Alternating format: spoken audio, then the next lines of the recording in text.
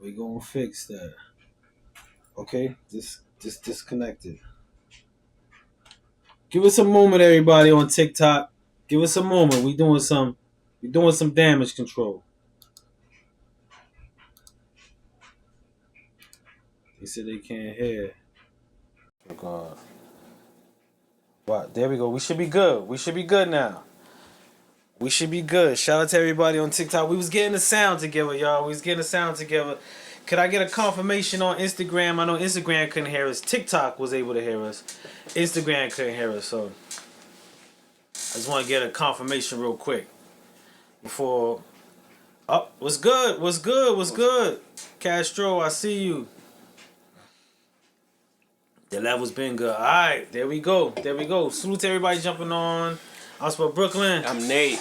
And we are back with Dungeon Talk. We missed a week.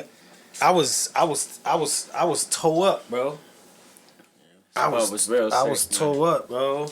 And I was fighting, but that joint put the hammers on me, man. Put the hammers on me big time. I was done. I missed four. We missed four. I missed four shows, but we missed Dungeon Talk. Two shows. Two shows back to back. We missed Dungeon Talk. So it feels good to be back.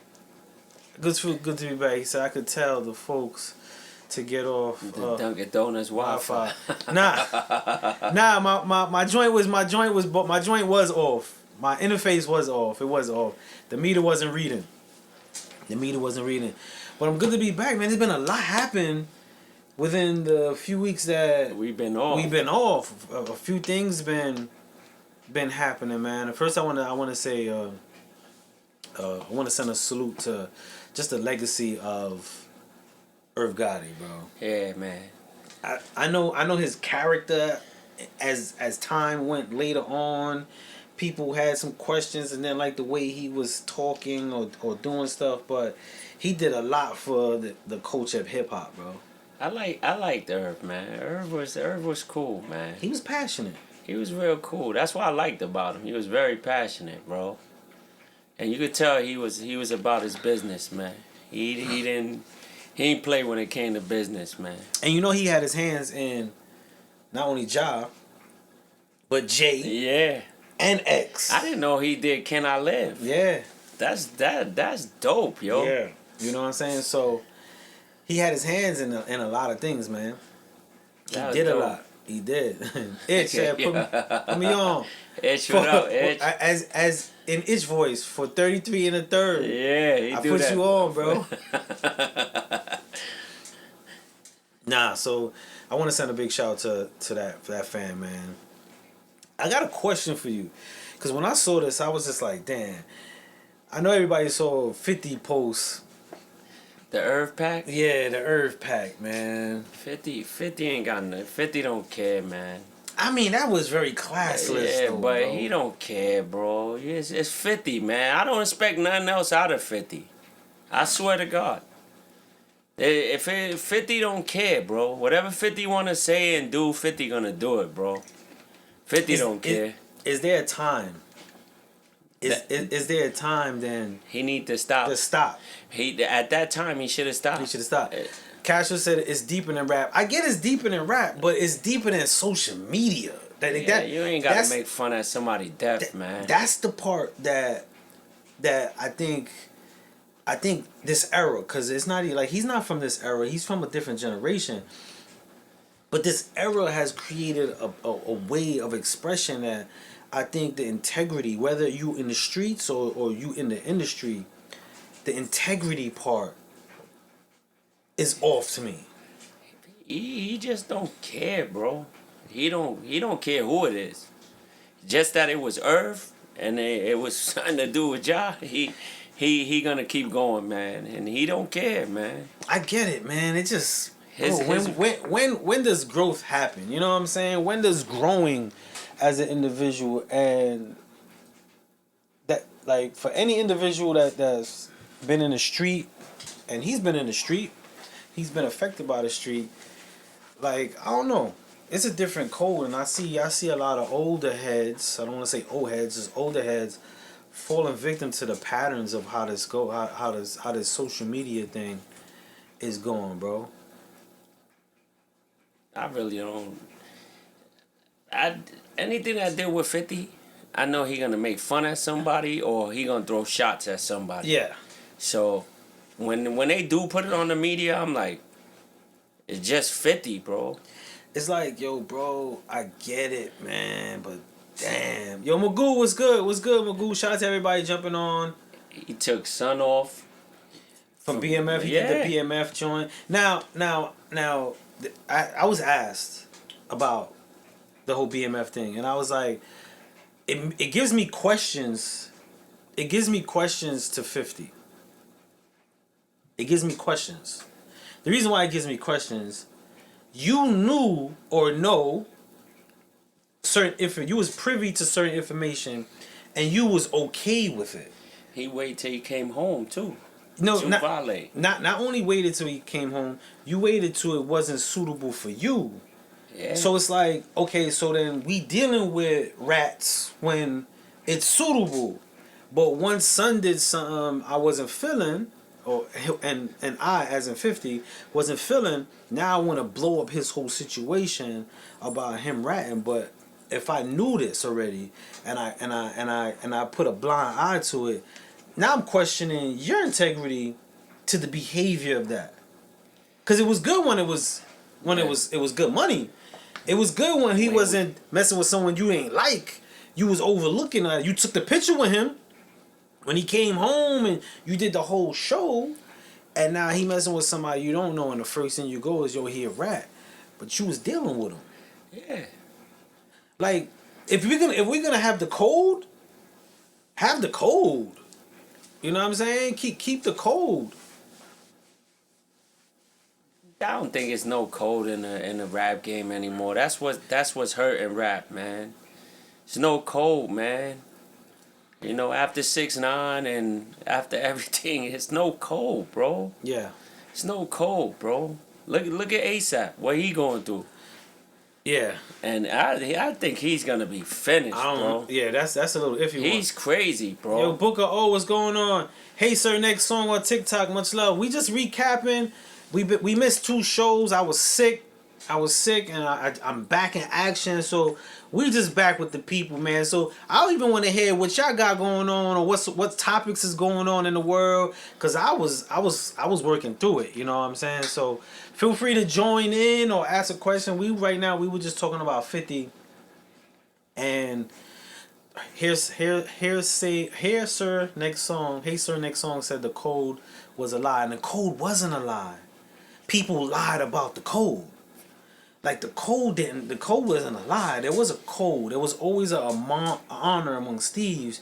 People lied in it. You know what I'm saying? People lied in it, and people only uphold what's beneficial. Yeah. That's the problem.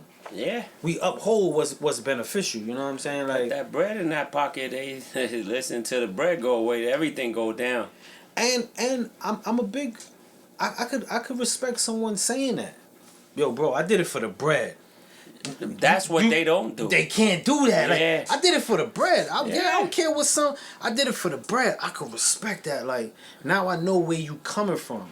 I could honor that. But when you be like, nah, I'm a stand up and I do this and I don't mess with F those type of people, and then but you was rocking with them for what? For a while, yeah, with knowing this information. And then when it ain't working the way you want it, that's your first go-to. But yo, you a rat. Then you was chill. You been what that's telling me. So it made me question, just like, you know what I'm saying? Like, that's interesting. That's like, I told you, anything that involves that dude, I don't pass anything by him, bro. And Meech been locked up for a long time, bro. And his son was getting the bread. Now I think his son mad now. I mean, what he did with the son though, I felt like that was corny to me. Yeah, but to post the conversation, like the son was, that's his pops. That's his pops, you know what I'm saying? And I completely get that. But the way the son came to you and sent the message, and then you posted to glorify your action, That was super corny. Yeah, we just chopping it up about the 50. We on the Meech right now. For real Pisces 23. We talking about that, you know what I'm saying? So that was corny to me, like how he put Lil Meech out there, bro. They 50. Now look, now he cut him off. Cut him off, bro. Cut everything off. Cut ties with him. I like that. I like that right there. Kinfolk Country. I think that said they mess with you and cause you're official, and some mess with you cause it's beneficial, and it's true. Yeah, it's true. People mess. That's a big fact. That's super. That's not. That's super. That's super not accurate. That's a big fact. People do fuck with you because you beneficial. You beneficial. And if you wasn't, they wouldn't fuck with you. Yeah. So. Yeah, it's beneficial. It's beneficial. Motherfuckers shake your hand, and they really not down with you, bro. But you know what bothers me though? Not bothers me. You know, and it does kind of bother me, but is the corny to it though? Because you know, two-faced always existed. People fronting like they your man always existed. People ratting always existed. People violating people always existed. But it just got so much. I'm so glad. I don't mean to be jumping. I'm so glad social media is now. Because there's a lot of people I probably respect and look up to who would have been corny to. Yeah, who would have been acting stupid on social media, posting all kind of nonsense. I'm so glad it wasn't in my era, because I could still look at some of the moments in my life and the people and still hold them in a great place, and not be like, yo, son is corny. Because I'm watching like, and I, it's just social media glorifies corny. It's true, man. People eating off your name. That's true too. That's true. This dude said, Casual718 on Instagram, CEO, my next t-shirt, liar. Integrity. He said integrity and respect. Most definitely. Most definitely. I always like your acronyms, man. Keep them coming. Keep them coming. Who, for everybody on Instagram and TikTok, whoever watched the Super Bowl, how y'all was feeling? I didn't watch it. I didn't watch to this day. I didn't watch the performance. I saw the clips on Instagram, but I didn't watch it. But what was y'all viewpoint of the performance? I would like to hear that. I would like to hear what y'all got going on. He said lack integrity and respect. Liar. I like that. Lack integrity and respect. How y'all feel? How you felt about that, bro? You watched it from you wasn't really a Kendrick. You didn't really dig Kendrick. I always anyway. tell you that. Yeah, I don't care really about like that Kendrick. shit. I started liking the song because they play that shit a million times, bro. And it's like, yeah, whatever. Congratulations to Kendrick. Go wherever you was going and enjoy California, bro. Real Pisces said, I think it was I. Yeah, listen, he won't be on it. Listen, I don't know. Listen, his performance was alright, man. It was I don't. Football performances don't be the same, bro. They said it was a dope performance. Someone asked me the day it happened. I got mad text messages asking my viewpoint. I didn't watch it. I was in the studio, right? But I asked one person who asked me my viewpoint. They was like, yo, what do you think about his performance? I said, what did you think about his performance? He's like, I'm trying to get your perspective. And I was like, why? Why does it matter? If it was corny, why does it matter? If it was hot, why does it matter? Why does it matter? He did a lot of dancing, bro. He did 12 minutes. Yeah, he did a lot of dancing. You gotta figure out what to do in 12 minutes. Yeah, you gotta bust a move. Cause people ain't gonna see. You can't be up there with the rapper stage. Yo, come on, girl. Yo. You can't. You got to show out. But I would say this: his streams is up 180 something percent. Yeah, cause people. You know what I'm saying? That's what they tell you. They riding them now. That's the goal for people when you do stuff like that, to maximize your business. You want to maximize your business as much as you can when you're in those predicaments. So I wonder what they expected him to do? Fly? I don't know. Listen. Turn to gold? Transform into like Voltron or something. He did like us, the last part, and it was cool. I thought he wasn't gonna do it. But he did it. So I just wanna break something down to everybody who's probably wondering why he didn't do his hits. He didn't do his hit records. And the reason why he didn't do his hit records is because those records are tied to a different contract. Therefore, he wouldn't get paid. Wow. Boosting. So instead of going up there to promote records that now as a fan, we're looking at like, yo, why he ain't do Pull Up Drink and It's Gonna Be Alright? Those records are under a publishing of TDE and Interscope. So he went with the lane to promote his own music. So he took a chance on a business move to promote so that way he could put more in his pocket than break down the 10 cents that he probably would get. Which that's what it kind of breaks down to. So even they beef, I thought it was like, oh man. He said, nah, he did Humble and Alright. He did Alright? So, see, I ain't watching. People say he didn't do Alright. So people be capping. They said, nah, he did Humble and he did Alright. I don't know. I don't know what songs he did. I just know that he didn't get paid for the diss song. You don't get paid for the Super Bowl anyway. At all. You don't get paid to perform at the Super Bowl. I hope. You don't get paid for that. I just... Listen, man. It was alright. That's all I could tell you. I ain't too big on him or Drake, so... Yeah. I ain't never I even used to get mad when we start talking about they fake beef. I'm gonna ask this. They fake beef. You still with the fake? I'm gonna ask this. Speaking of they beef, because he did drop a new record, right? He dropped a new record. But to me,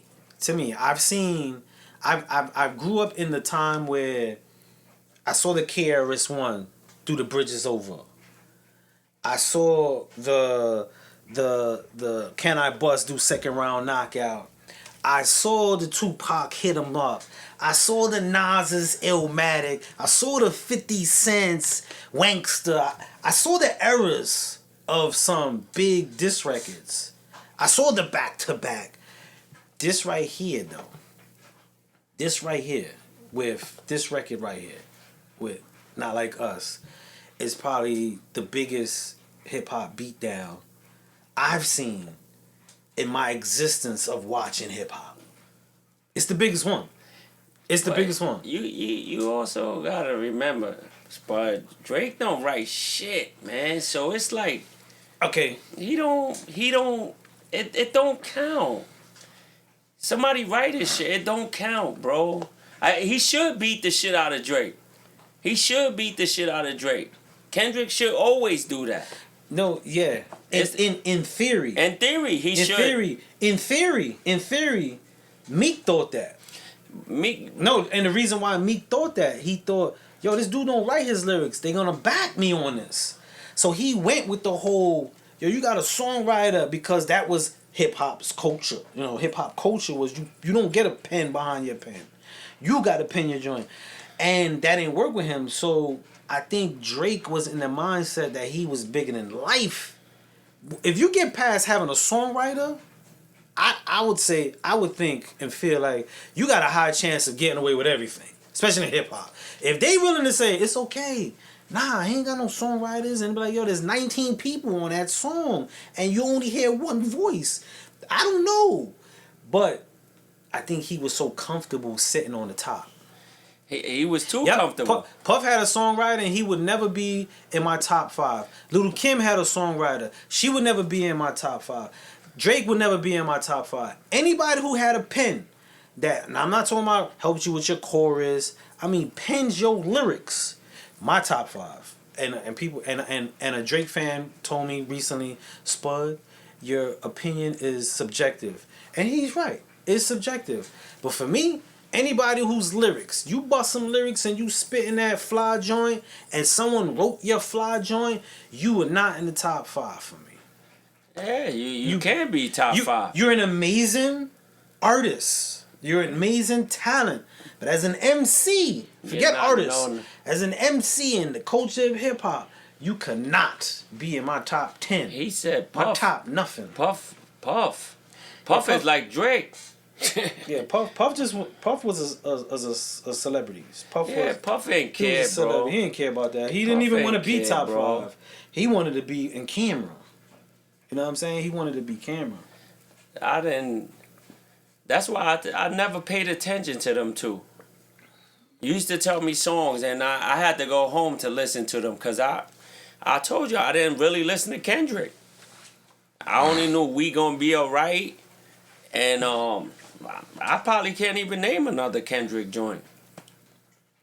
He did his numbers on this one. When I saw the church choir doing Not Like Us, I was like, God damn! But Saturday Night Live just did one. Yeah, everybody doing. Will Ferrell just did the whole A minor. Like, yo, bro, when he got the world, I don't care how confident you are. I know Drake's sick, bro. That's why he should chill out. If his fans is sick, I know he better be on suicide watch. Drake bro. need to chill out, man. Drake just need to sit in the crib and Blocks chill, was man. good. Big Ace was good. Ace, what up, man? He just need to sit in the crib and chill. That's bro. what I think Real Pisces says. I think he needs to fall back. Yeah, he got to. He ain't got no choice. He ain't got no comeback. Like, you can't do nothing, bro. Somebody asks if Drake don't write. I'm not gonna say he don't write, but he has a lot of writers. He's had a lot of writers. I mean, we've heard the reference records. You know what I'm saying? There's reference records that he sang over basically. So, Like, I don't really care what them two dudes is doing, yo. they said he don't worry. He's on tour in Australia. That's what we think. He don't worry. As a sportsman. And I'm a sportsman. And what I mean I'm a sportsman, He took it out. I love this game of music. And just like music in sports, I don't care if you hit 1,000 shots. If you miss that shot in the chips and you get beat and the crowd is yelling for the other team, as you walk off, you hurt. When you get to the locker room, you hurt. When you wake up and you watch the news, you hurt. Now, the difference between sports and hip-hop fans are brutal because social media, and now this battle has merged out of social media and it's gotten to the news, it's gotten to Hollywood, it's broken the boundary. Like when Nas did the Ether, that was a hard hit. Nah, that hurt. But it stood in hip hop. But that hurt. It stood in the room. It hurt. Yeah, it hurt. It hurt. That hurt. But now think of a record passing hip hop. I don't even see passing hip hop. Going into other markets that people normally wouldn't be in because Drake was a pop star. Bro, he can't evade it, bro. He can't. I know he hurt, bro. Yeah, he making money. He don't got to work for the rest of his life. But pride, when you got a lot of money and success, that's not what you concerned about no more. It's pride. And I know it's hurt, bro. I know it's hurt. And it's natural to be hurt. That's like... It's natural. You see now Cam and Jim is beefing. Yeah. So it's like, are you dudes serious, man? Come on, man. Cam say he not from Harlem. He say he from Harlem. Who cares where they from? They was mans. Yeah. They was mans. So somebody said, you think Drake is better than Kendrick lyric-wise? Hell no. No, hell no. Hell no. Hell no, I don't think that. You know what he's better at? He is a better performer. That's it. He is into the... He got a wide range of markability. Like, he's a better performer. He might be a better artist. And when I mean artist, just the masses that of attention he can get. Yes, but now Kendrick has the opportunity to show and prove, if he wants, that he can possibly match or get into that realm of wide range exposure. But as far as... And Block says he better with lyric wise? Nah. He ain't even got a chance with that dude, bro. He don't. That's why I always would debate the whole thing. Cause it's like he's battling a dude that's R&B, bro. I don't know. I like that's not a battle. It's not a battle, bro. It was a battle. I don't know. Real Pisces said he is his beef is with the label. It's not so Kendrick. Nah, it's Kendrick, but he's changing it from Kendrick to the label. And I'm gonna tell, and for those that don't know, like the music business is one of my favorite places that I maneuver through, and I'm gonna tell you why I'm gonna tell you two things. That lawsuit, for one, he's not gonna win.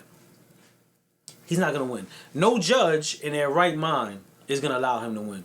Reason being, if he was to win, which we all shouldn't want him to win, not because we hating, because if they change that law, it will be case law. It will be Mr. Graham versus U.S. government, blah blah blah, right? And not even U.S. government, universal. And if he wins, that will give judges, cops, any entity to use lyrics as defamation, as truth, for lawsuit and criminal lawsuit, civil and criminal cases. So even him taking that measure, I'm like, that's not a good look. But they're not gonna let that happen because that would create a whole. You know how many lawsuits there would be? It would go nuts. Now that you just said that, any beefs, any rap beefs or anything before, did they ever do that? No. That's how you know he hurt. Yeah, he's hurt. His feelings. He's hurt. Killed them. Now my second thing with the lawsuit is, bro, they did all that for you. They did the same thing you are saying. They did it for you. And I'm not saying that, y'all, like I'm guessing. I worked with Republic Records, his home label.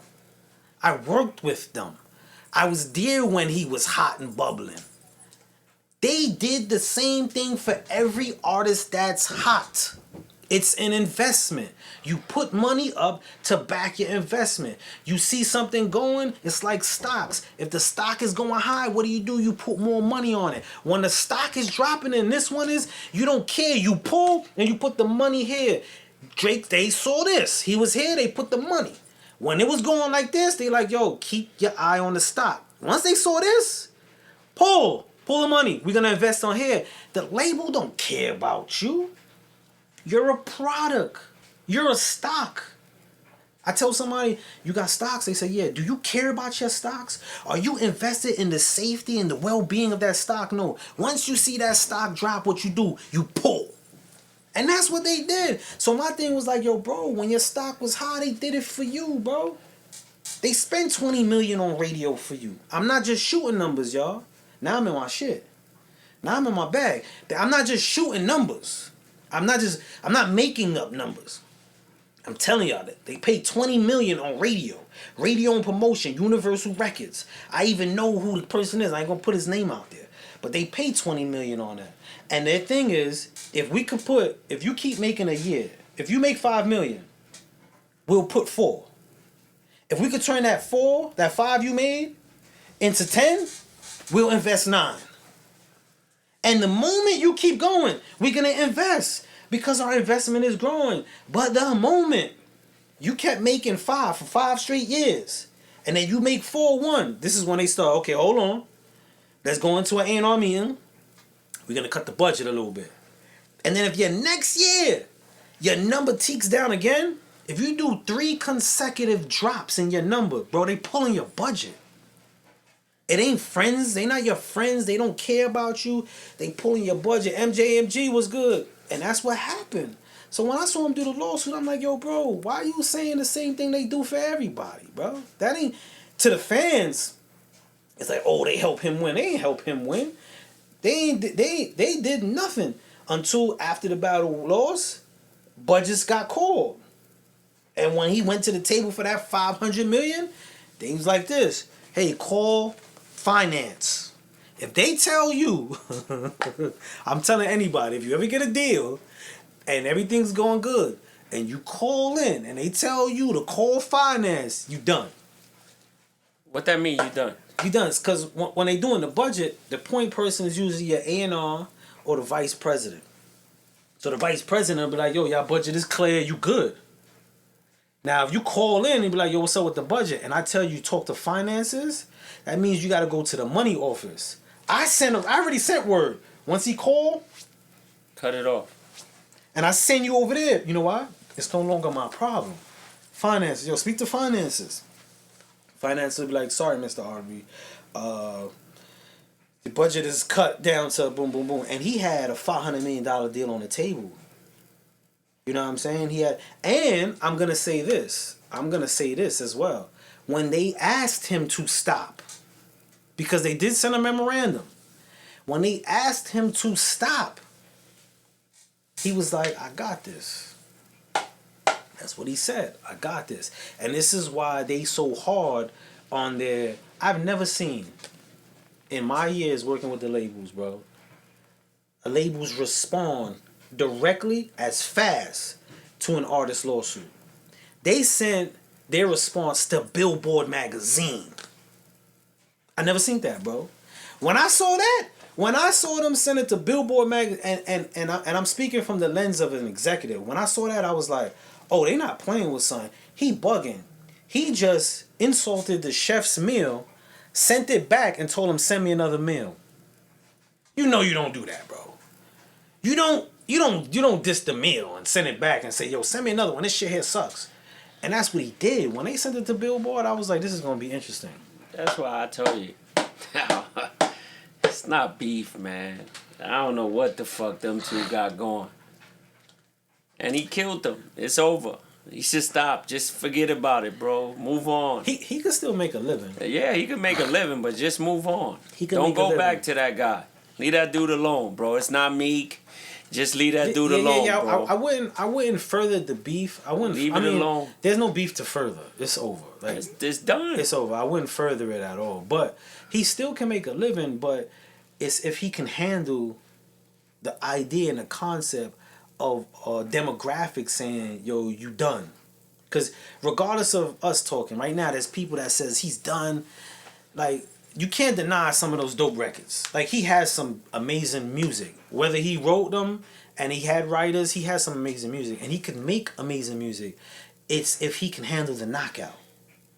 You ever seen a boxer get knocked out? They don't recover. They don't recover, bro. You know that. I told that to my man. They don't recover. I was like, yo, I love boxing. When the champ gets knocked out, it's over. His spirit is done. He can still fight, but it's not the same. It's not the same. It's not that dude that you saw first.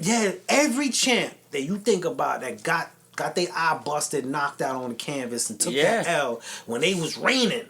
When they was reigning at the top, I'm talking about the Mike Tyson, Roy Jones, everyone, and they could come back and get their wins. Wow. And they could come back and get a belt. They could come back and get a belt. Not a real belt, not the official belt. It ain't the same. Not the official belt. I mean, not the belts you heard of. It just ain't the same. Son. After they get knocked out, you can't recover. Drake got knocked out. Yeah. Drake was on top. He was the heavyweight champ till Kendrick came. Yeah. He took him out. He was the underdog. Kendrick was the underdog in people's eyes. Kendrick was the underdog. Yeah. I think he should just stop. That's why he said just stop. I wouldn't say just stop. He don't. I'm saying with the dude, he got to stop. The champ beat you. You lost your spot. Yeah. I'm not saying it in a bad, like, you just lost your spot, bro. Just give it up. I don't care where you touring, what you doing. That song is never gonna stop getting played, and they'll play it as much as they can. Yeah. If I was in Gems Bowler said, what you expect to hear on the new coming project, and I expect him to be flamboyant, like he's not hurt, right? Not to be hurt. Keep that whole energy, like he's doing his thing. Me as an A&R. You heard it? Nah, the song. I heard the song. Nah, I heard the song, the one that he dropped. He's gonna be told. He took some shots and he dissed Joe Buttons and shit. And look at it. He even dissed the shorty, right? Melissa Ford. He mentioned she a veteran. Why she messing with her? That dude is stupid, son. You know what I'm saying? And that was good. But what I would say, if I was his A&R, I was like, this is a time for you to get back on your fly shit, but play on the vulnerability. One thing about a lot of Drake, like diehard Drakes, not just people who like his music, diehard, they emotional to his music. And I don't even want to say Drake, I take that back. Artists who love their artists, people who love, fans who love the artists that they really live for. There's a demographic within that are tied in emotionally. And I think that would be a good way to rebuild a new direction for him to go into to keep that pop table. Because Stupido and his camp, they thinking so prideful, they messing up the pop money, bro. Oh, that's true. He sound completely different without 40. Because 40 knew what writers to get. Because 40 did a lot of work with him. And that's why he sounds different. But Stupido is messing up the pop money. Because you know why? Pride, bro. He got knocked out. You said it the right way. He got knocked out. He's on the canvas, still sleeping. He got beat up, man. He can make this right for his legacy. He got the ladies, man. He just need to go do like you said. Keep going out there singing and doing all that other stuff, bro. But peep this, right? We say he got the ladies, right? We say he got the ladies. I ain't never had no ladies arguing in his defense as hard as guys. One misconception that we always felt in music, it was like, yo, if you get the ladies, you win. Yeah. That's not true. If you get the club where the ladies go, you win. That's how you won in music. You think of every classic music record, right? That blew, and they say you get the ladies from the 50 Cents to the Jay-Z's to the Eminems to the DMX's, and now think of every lady that loves hip hop in your life. You ever saw them buy an album? No. You never saw them buy an album. But what they do, they patronize the places music went. And that's what that concept meant. If you could get them to the place because it drew men in.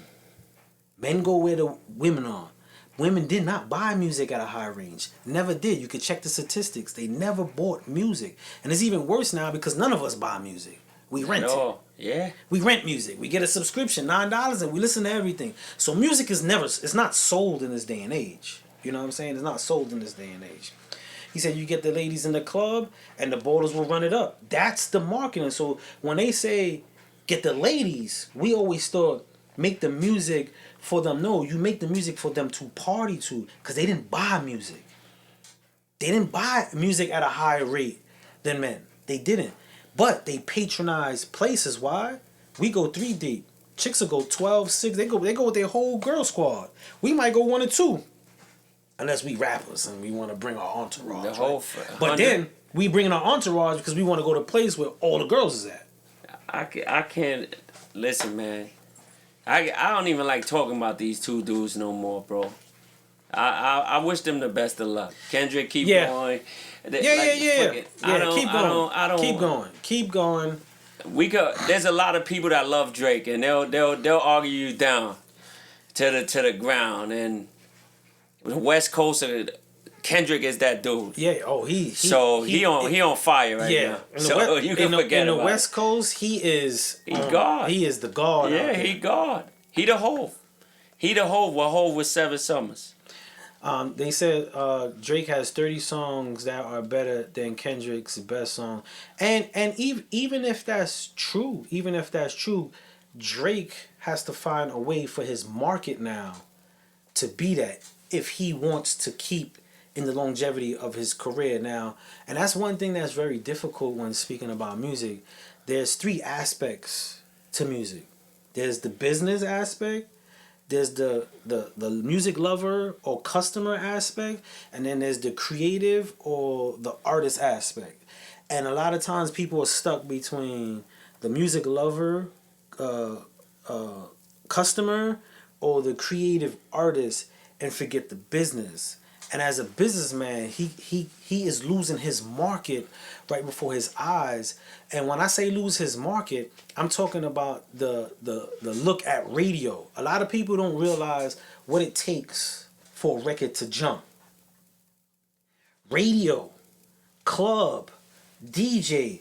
Once you start putting the persona of a loss or it's over and now you're not messing with nobody, and then the money for radio don't go in as it used to, like you start losing your outlets. Shadow, you start losing your outlets. And you know what I'm saying?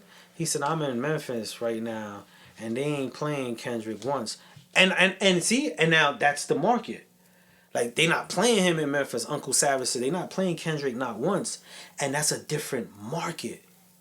What Drake is doing a lot right now is he's forgetting his market to fit a lot of places that might not be his market. And as a business, I would tell him, like, yo, bro, like, someone needs to sit down with him and, like, yo, bro, all right, we took this L, bro. He got a lot of yes men, yo. Take this L because he got to build it back if he wants now.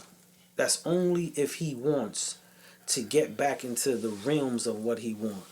You gotta go to Lil Wayne, man. Go to. But they not cool. That's another thing. People think they cool. They not cool. I'm saying he gotta go back to Wayne. I don't want to be the one blowing stuff up. He gotta go back to Wayne though. But but he violated. He violated. But that's what. Look at this shit. Look at what I'm saying. He violated with Wayne. That ain't never gonna be mended. That ain't never. Yeah, but look. Wayne's camp. They did a very good job at keeping that quiet. Wayne had his distance, but they kept it quiet because why? Money. It would be bad business to put that out there because it messes up the money.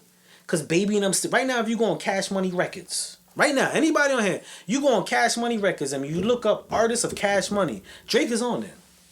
You know why? They gotta give a PC, so it'll be bad business to diss the money. So instead, you fall back, but they not cool. He fucked that up too. Yeah, but look, he fucked up the dude that could have probably helped him revive his career. He could have helped him revive his career. Drake is just Drake. Drake just got to go sit somewhere and chill for a little bit till the heat go off of him, bro. Yeah. He got it. He can't. It ain't gonna be the same for a little while, Drake. I heard a gang member say. I heard a few people say this, but I remember talking to a gang member personally in the studio, and he was talking about a different scenario, but he mentioned something that felt like in this segment. He was like, "Yo, people get on this set." And they think they bigger than a program. He was from the West Coast. He was like, I don't want to say his name, but we was in the studio. I got super love for him. He funny as hell. And he a taekwondo master. But and he be crip walking. So he get it in. But he was like, yo, people think they bigger than the program. And when you cross into the industry, and for not one, and I want to say it, and I want to say this seriously. I want to say this seriously to all the viewers on TikTok as well as Instagram. When you cross into the industry, you're dope. To your lyrics and how serious you are is dope. You're super dope to keep going, but not for once, y'all. Don't think the investment and the money to make sure the wheels keep going are not happening. Listen, Spy. You know what I'm saying? Not in just music general, because people don't be getting the concept of that. They get lost in how hot someone is, not knowing some. There's some artists right now, bro, and I don't want to say. I got a lot of friends. I don't want to hurt their feelings, but there's a lot of artists right now, bro, that we've been rocking to them, and we heard their music on the radio so much that now we kind of give them the play that. Those records were invested to do that. Like I've been in meetings with the A&R, the psychologist, the person focusing on sociology, and they doing a deep. It's deeper than just like, yo, he's hot in Atlanta. No, they do study. Like, it's a science. When they call the industry the machine. It's not just a phrase. It's not just a phrase, you know what I'm saying? And he had the machine. Like when Kanye kind of blew it up when he was like, he got a rich baby daddy. And he was talking about Lucius, the owner, the big boss. And when Kanye was doing that, a lot of people probably just took it as just conversation. But that's what he was alluding to. That man will cover radio. That man will cover... But he don't like you. You know what I'm saying? And that's what every artist that's bubbling. I'm not just saying Drake. Forget just Drake. I'm talking about every artist that's bubbling. I'm talking Taylor Swift. I'm talking all of them. And that's her label mate. For those that don't know, Taylor Swift was Drake's label mate. I'm talking about all of them. They put that money, bro. And when they see it working, they don't got a problem. You invited to all the parties and you good and go. But as soon as the stock starts dropping, what do? We pull, y'all. It's no different from stocks. We pull it. They gotta bring back real music, man. I'm sorry. In your opinion, coming from a time where we had to really invest in buying the record and going, what do you like, just your viewpoint, what do you think is one thing that hurt the music industry to you? Truthfully, the garbage music, man. What people like. When I was growing up, it was real music, man. They like, you could really bop to the music. Music now is like what people like. It gotta be like a fast something. It's not music, man. I don't got nothing against nobody trying to make money, but a lot of these dudes is not right, man. They not right, man. The music don't sound right, and if people gonna put up the stuff for the radio, like, they need to put up real music, man. Yeah. What this era is crazy, bro. You can't even turn the radio on. My man Alan Fraser 7 said the TikTok era. Yeah, listen, that all the social media. Era, social media. You know what messed the industry up, y'all? You know what messed it up? And I wasn't out for it, but when I came out, I did utilize it. You know what messed it up? Us. All of us. You know why? When Napster came out and we wanted that file sharing, and then it got granted, it opened the way for what streaming is. We want free, right? We want free until we selling something. Then we want pay. And then while we wanted free, the bigger markets saw a way to capitalize on our selfish needs to create platforms like Spotify where we could pay $10 a month and listen to every single thing in the world, and then pay the artist an eighth of a penny for a stream. Yeah, and that's what they look at, right? And that's what they look at. Your stream, your numbers. We don't realize that. My man said mumble rap messed it up. Yeah, mumble rap. It wasn't the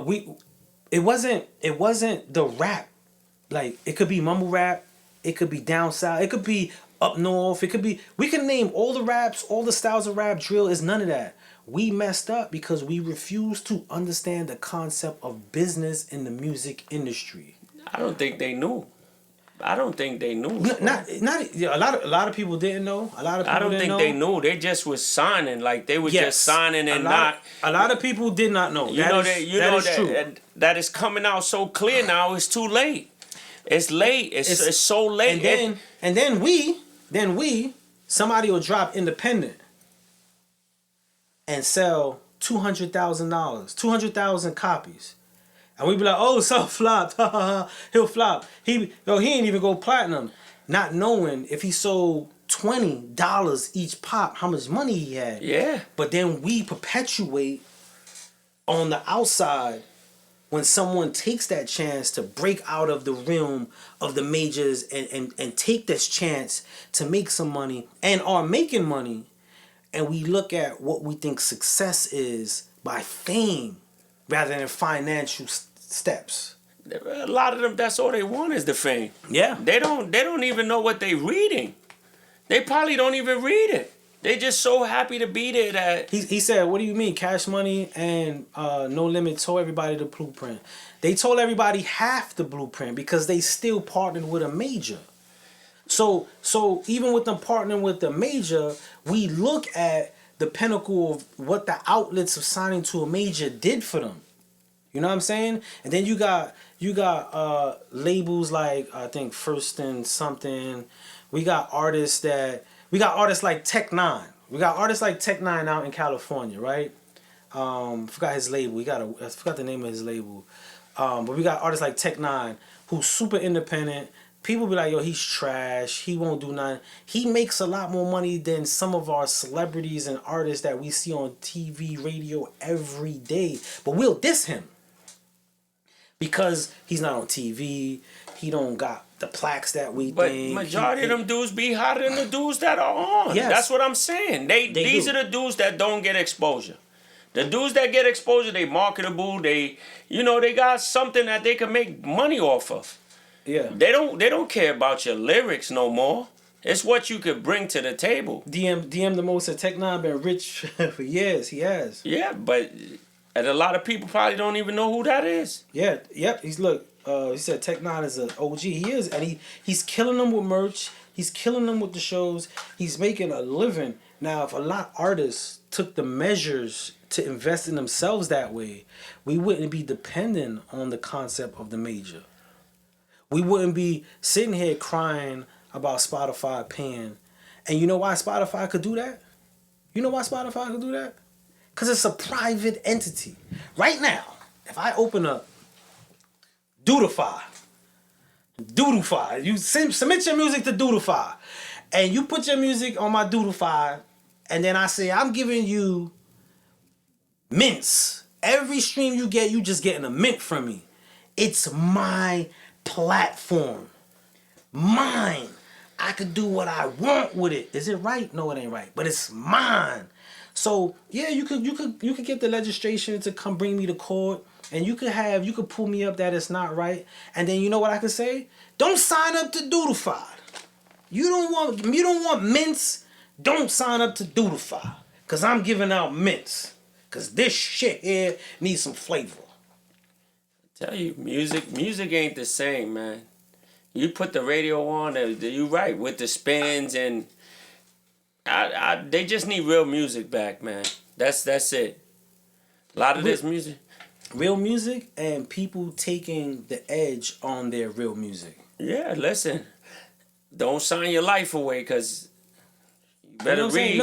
Know what you signing. Know why you signing. That's right. You know what I'm saying? And for all the artists that's on TikTok as well as Instagram, find what you want out there. If you in music, matter of fact, whatever you're in, find what you want out of it. Mm-hmm. If it's fame, kudos. I'm not bashing nobody. If it's fame, then go get the fame. But don't get lost if you really trying to master your art and your craft and expression and make a living off expression. Don't get lost off what your concept of fame compared to you doing and getting your objective from what you want out of this, yo. I think now majority of the people just want the fame. They're not even thinking about the longevity. The longevity. It's like all the celebrities. You know, they celebrities, but they charge you. They want bread. Yeah. They want bread. Oh, for a feature, they'll throw a number at you. And you got to go through 5 or 6 dudes to get to that dude. And I ain't mad at that. You know, it's a business. It's a business. It's a business. But now, right? You come. I'm Jay-Z. You come to me. Yo, I got an artist. I want you featured on it. All right, Nate. Yo, my tab $1 million. You say, all right, cool. You write me to check the $1 million. I do my 16, shoot it over, and you do your 16, and then what you do? You put it on Spotify. I should just leave now, bro. Yeah. You just put it on Spotify, bro. And then you wait and hope this shit catch fire. Bro, that shit is insane. You gotta put some marketing behind it. You gotta find what you're gonna do with your vehicle. We just be putting it on an assembly belt, and then we sitting there hoping the assembly belt go up, and then we see it go straight, and then it just drop, and we like, damn, let's put another one on there. And then we rolling dice and playing lotto with our music instead of really finding that outlet, bro. Finding that outlet of what your market means to sell music, bro. That's the part I be like, yo, bro, how you mad you wouldn't even take the shot? That's like a drug dealer telling me I want to sell drugs. I want to get rich selling drugs. I want to get rich, right? I want to get rich selling drugs. He goes on the block. Product no good. He goes on the block with a product. He don't even know if it's good. He putting it on the floor, seeing if people grab it. Yeah. Just hoping that they grab it. Just hoping they grab it. Hoping they grab it and put some money down.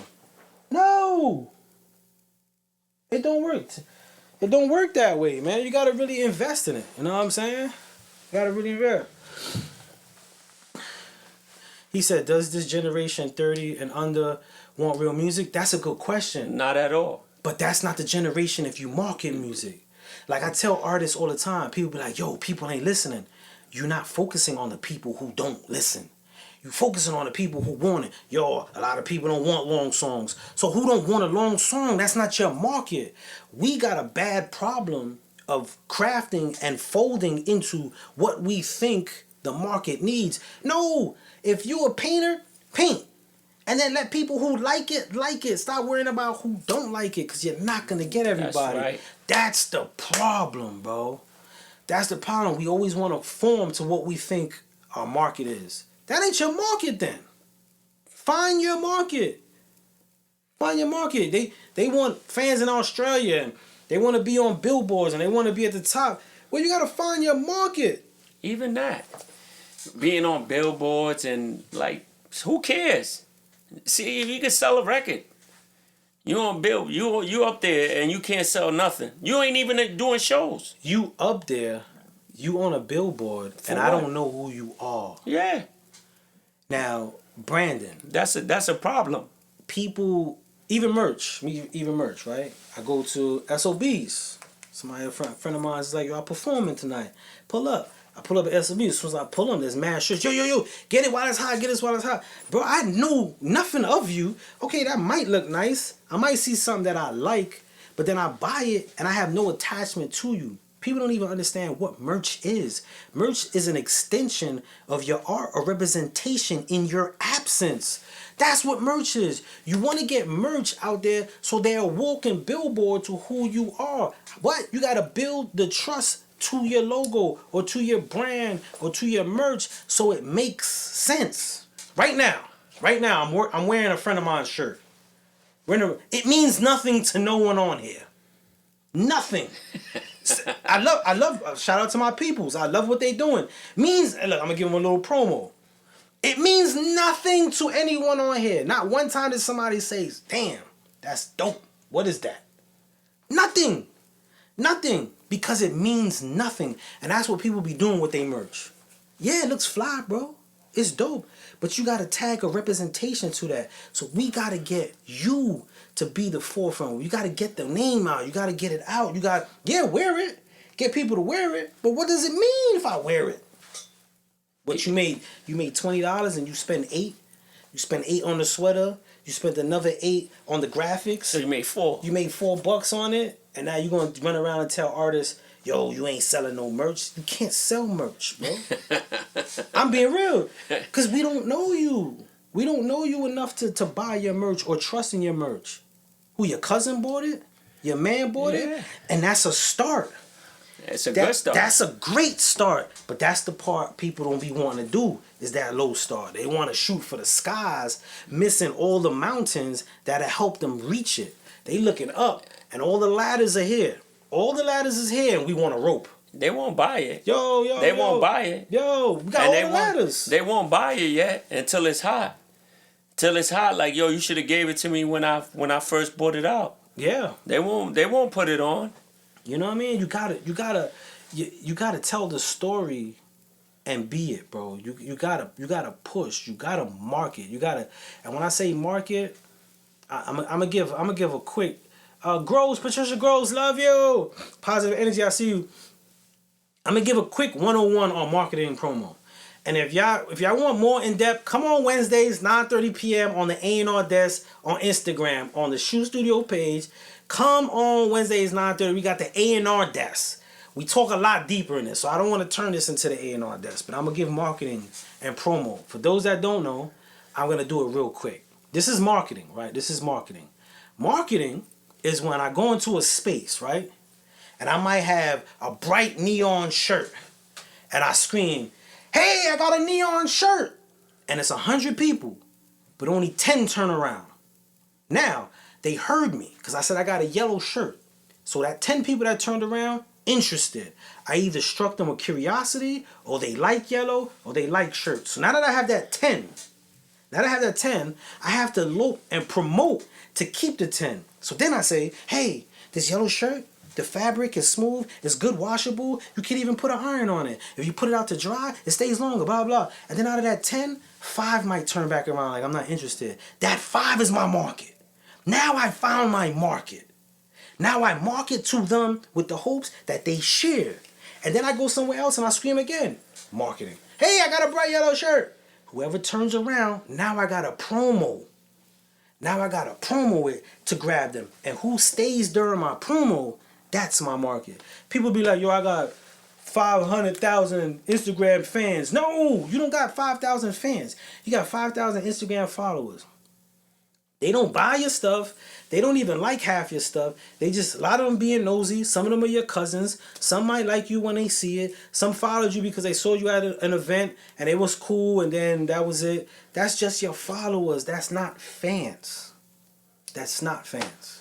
You know what I'm saying? They have a great one. Have a great night. Listen. You my man and it look right and whatever I'm cool with it, but a lot of stuff, even when people throw it at you, yo, you could put this on your show or something. Nah, it gotta mean something. It gotta mean something. And I would put on something I love. Like I see something, I don't care what the story is, the backstory. I'll rock it and I'll share it. When you find someone like that, that's your billboard. You fuel that now. When someone says, yo, I rock with your joint, boy. Yo, blah, blah, and they rocking with it, you gotta fuel that. Because now that's an extension to your promo. That's part of your marketing. But people don't do that. People don't do that. Listen, man. Shout out to Crash the Industry. Said I'm a fan of your show. Much love, my dude. Much love. Check out Crash the Industry as well, y'all. Brother got a lot going on. Check me out tomorrow on Shoe Radio. I'm sitting down with an artist and always catches Sunday with No Nate IG, my man, the mad podcaster. He been good today though. I ain't mad. I'm chilling, man. He chilling. Nate chilling. Nate chilling today. I ain't mad. I'm just chilling, man. Nate is chilling. Today's a good day, man. It is. I'm glad to be back and we've been chilling, man. You know. I ain't seen him in a minute. He was sick. I was sick. And it's cool, man. It's real dope, man. He'll be around it. You just chill, man. Certain days I'll be wilding. He said he's misunderstood. Listen, he the good guy, I'm the bad guy. It's things that Spud say. We take turns. Spud get a little crazy too. It's a I started talking about religion. Yeah, we don't talk about that. They be ready to go. I don't talk about that. He started talking about religion. That's all on yeah. But like today, it's like today. We talking about Drake and Kendrick, like. Yeah, Spud. That's Spud lane. Spud love all that. Like I'm not too much into them dudes, bro. I don't really care. Yeah. I don't really care about them dudes, man. I just like listen. Spud into music, man. Spud love music. He said Nate plays the bad guy role well. Listen, man. I'm the good guy, man. I'm just the guy. Positive Energy said, nah, y'all both good guys. We good guys, much man. Love, much love. We just we got like different opinions. We don't. Matter of fact, we just got aspects. Yeah, we just different, man. We just two different dudes that just listen. We have a good conversation, man. If this is your first time, whether you're on Instagram or TikTok. Dungeon Talk, we just do living room conversation and we invite y'all. So even before the show starts, we don't sit here and go through the tea of what we talking about. Even sometimes I'll be setting up and we be talking. I'll be like, nah, let's not even talk. I don't even want to talk right now. Let's hit record and get on camera because that's what it is. It's just bringing real conversation. We have dope conversation, yeah, man. Bring sometimes we talk about stuff that we gonna say and we don't even get into it. Yeah. So we just go with the flow, man. It's cool, man, when you got somebody you could go flow, just talk back and forth with, man. Yeah. And then we invite y'all. And y'all more cool. Yeah, y'all super cool. Y'all hang out with us. Y'all be saying stuff that y'all know me. I don't like shit. I don't like nothing. You know me. I don't like shit. I don't like nothing, man. I do, man. I do, man. But the like certain conversations, I don't really intrude to them, man. Yeah, just to everybody, to all our viewers out right now, I do want to say this, man. Like, don't get lost into so. I know social media and our devices really has occupied a lot of space. I mean, we pay for things on there. We Google check our emails. It's almost glued to us. But don't forget to be in the moment, y'all. I know there's a lot of people that's been trying to reach me within the last, I mean, since like December, and it might seem like I'm distant, but there was a moment in Florida that I just was in the moment. I put my phone in the drawer, and it was Christmas Day, and there was so many things to take videos for. There was so many things. My sister had the huge tree, and we had all our gifts that took up the whole living room and the food, and there was so much content, but it felt so amazing to be content instead of to create content and just be in the moment. And when I got back to New York, I've really been adopting a little bit more of that. So I'm just sharing that to y'all. When y'all get that moment and you could put that phone down and just be in the moment, whether it's with your family, your kids, on the sofa, out at the game, walk in the park, whatever it is, take that moment, y'all. Take that moment, man, because we are getting so tied into these black mirrors that we have in our hands and on our screens that it's making us, it's desensitizing us to the true connection of being human, man, being genuine in conversation, sharing thoughts. Now everything's a caption, everything's a comment, everything is just, you know, we're losing that. We're losing that. You know what I'm saying? You know, I can't tell you how many people I be like, yo, how you doing? Yo, I'm doing bad, man. I posted on Instagram. You ain't see it?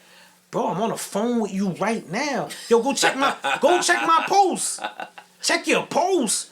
Bro, I'm on the phone with you right now. You want me to check the post? All right, bro, I'm going to hit you back. I don't hit you back. I saw the post. I'm done.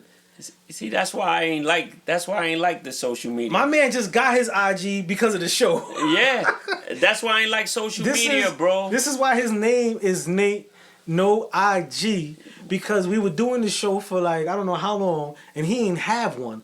And I'm like, Nate, how you on the show without an IG? And we created an IG just for the show. And that's the only reason I do got IG. Like, I don't care what you doing. I don't care what you eating, where you going. Like, I don't care. I really don't care. That's why I just be on social media. Like, now I'm starting to get addicted to the phone. And it happens. I'm starting to get addicted to the phone. Like, yo, I gotta check social media. Like, and he's right. It's things that you gotta do. Like, you gotta get off the phone. It ain't that serious, man. I'm gonna put this out there. I'm gonna put this out here. You could take it or just leave it at the doorway, right? You ain't gotta. If you gotta go take a shit and you can't go without your phone, we got a problem. Yeah. If you can't go without your phone, now I get it. You on the toilet, you want to just chill, and that happens. You might check something. I be multitasking a lot. I be multitasking and all that. But if you can't, and the moments that you're doing it, ask yourself this: is it because I can't, or is it just because I want to do something right now? But people, and I'm just saying this because I'm seeing the callousness amongst us. I see how easy it is that we're getting distant, and especially with the big boom of AI. That's another thing I meant to tell you. We are getting even further from that human concept. Just something I want to share with y'all. I don't even know if half the stuff on there is real anymore. That shit is bugging me out. Then I'll be telling people like fake stories, like, yo, you ain't see that on there? I don't know if half the stuff they put on a thing on the gram anymore is real. Yeah, I'm telling you, I saw a clip on Instagram about this old Nickelodeon actress that was a kid, and it was like she was in a love triangle and went to her husband's school and shot him. Yo, when I say the content, the creation that they made, the news article that they created was detailed to a T, and the professionalism, how accurate it was. The first thing I did, right? I was like, yo, girls, you remember this actress? They was like, yeah. They was like, what happened? I was like, yo, she got arrested. And then I was like, hold on. I went on Google real quick because I want to know. Man, it wasn't real. Hey, that's it crazy, wasn't real bro. at all. And I was like, yo, that's how fast it works. I saw it and I shared it verbally. And then that's how fast it snowballs, y'all. So we gotta stay on our squares, yo. I don't even know. That's why I told you. If they ain't say, yo, you need an IG, bro, I don't have Facebook. I ain't got none of that, bro. Nate was off the grid. I found Nate in the woods with no salad, no devices. I'm sorry. He came out like, yo, you got a phone on you? Leave that over there. Yo, it's so real that I go, what's those, reels? Reels. I go take people's reels and you see the whole name on it. I'm sorry. Listen, I don't really care about that shit, bro. And the reels be dope.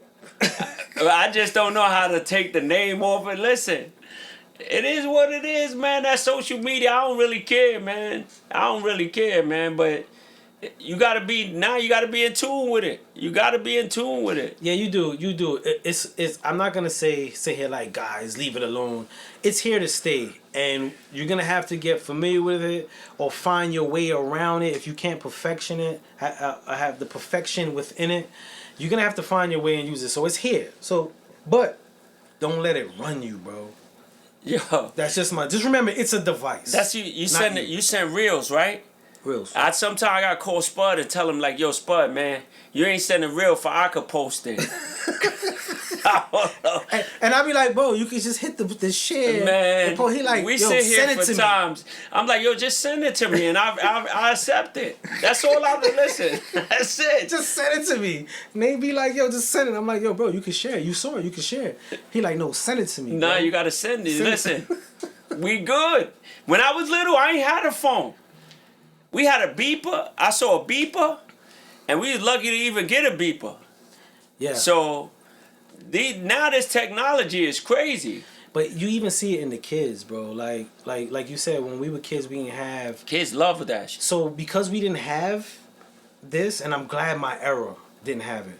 We were more creative in finding our ways to do things, whether it was playing basketball or our imagination. We exercised our imagination more and our creativity of building. And I wake up on Saturday mornings and I see not a kid nowhere. You know that nowhere, that bro. Spud, you just brought up the kids.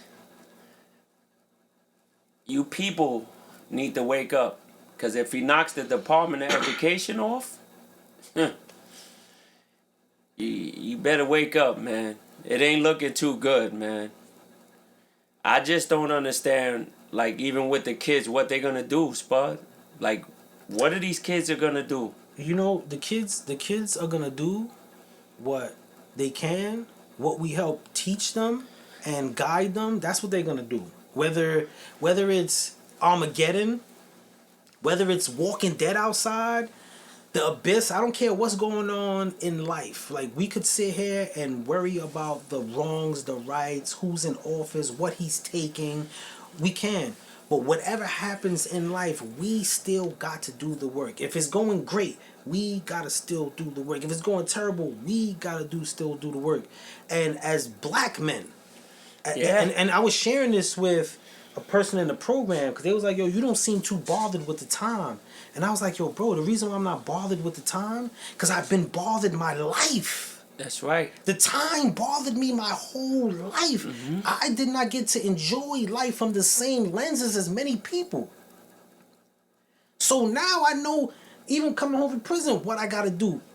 I got to find creative ways to live.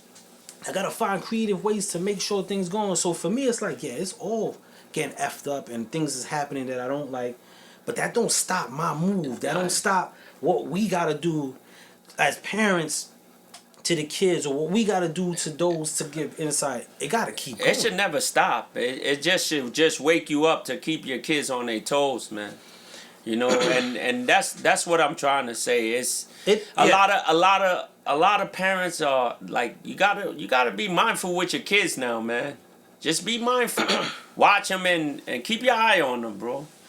They cut that Department of Education, and the lady that's gonna run it is a wrestler. So she used to be a wrestler, whatever. I don't know, but you just gotta be mindful, man. The programs is gonna be probably cut short, and but you know, You know, and That's gonna take a while, I think. it's gonna take a while, and let me just stop this alarm real quick because it's gonna be in the speaker. I'm gonna say this, and I'm not gonna sit in what I'm gonna say too long, but we kind of touched on it in one of our other shows, and I was like, we as a people got comfortable. We as a people got comfortable, and because we got comfortable, we lost a lot of leadership. We lost a lot of passion for what we assumed justice was. We were just accepting what we got. And it's going to get dark. It's going to get dark. It's going to get uncomfortable. It's going to stir up a whole bunch of uncomfortable feelings and anger and frustrations. And it's going to be, but in discomfort rises the leadership to get to the point of justice. And I think, and I'm even saying me. I'm gonna keep it on me. Forget everybody else. I'm gonna say me. I got comfortable with life, especially, and I'm gonna say me as a black man, not even just a man. Me as a black man, I got comfortable with the liberties that I was able to maneuver in, and the false ideas of justice and freedom that I was able to obtain. That I didn't have the concept of leadership in the direction I have now. A lot of my conversations were empowering, but it still came from a comfortable place. And as we as a nation, this is stirring up a lot of it's stirring up a lot of conversation that people never wanted to have. People that were never affected by this land as well didn't have no worries of conversations like this. At all. A lot of the conversations that this nation had was in the essence for other people. It was like, and I'm gonna say me, take me as a black guy. Like there's some people that I know that they fought for justice for black people or cops. It was always in the essence for someone else. This is one of the first times that I'm seeing the land and the people who might have a greater or closer association to this land. And when I say this land, I mean the government. I'm not talking about the natives. Now they're getting disrupted, and they're like, what? They feel their liberties. Man, I've been felt that, but people are starting to feel what I felt almost my whole entire life.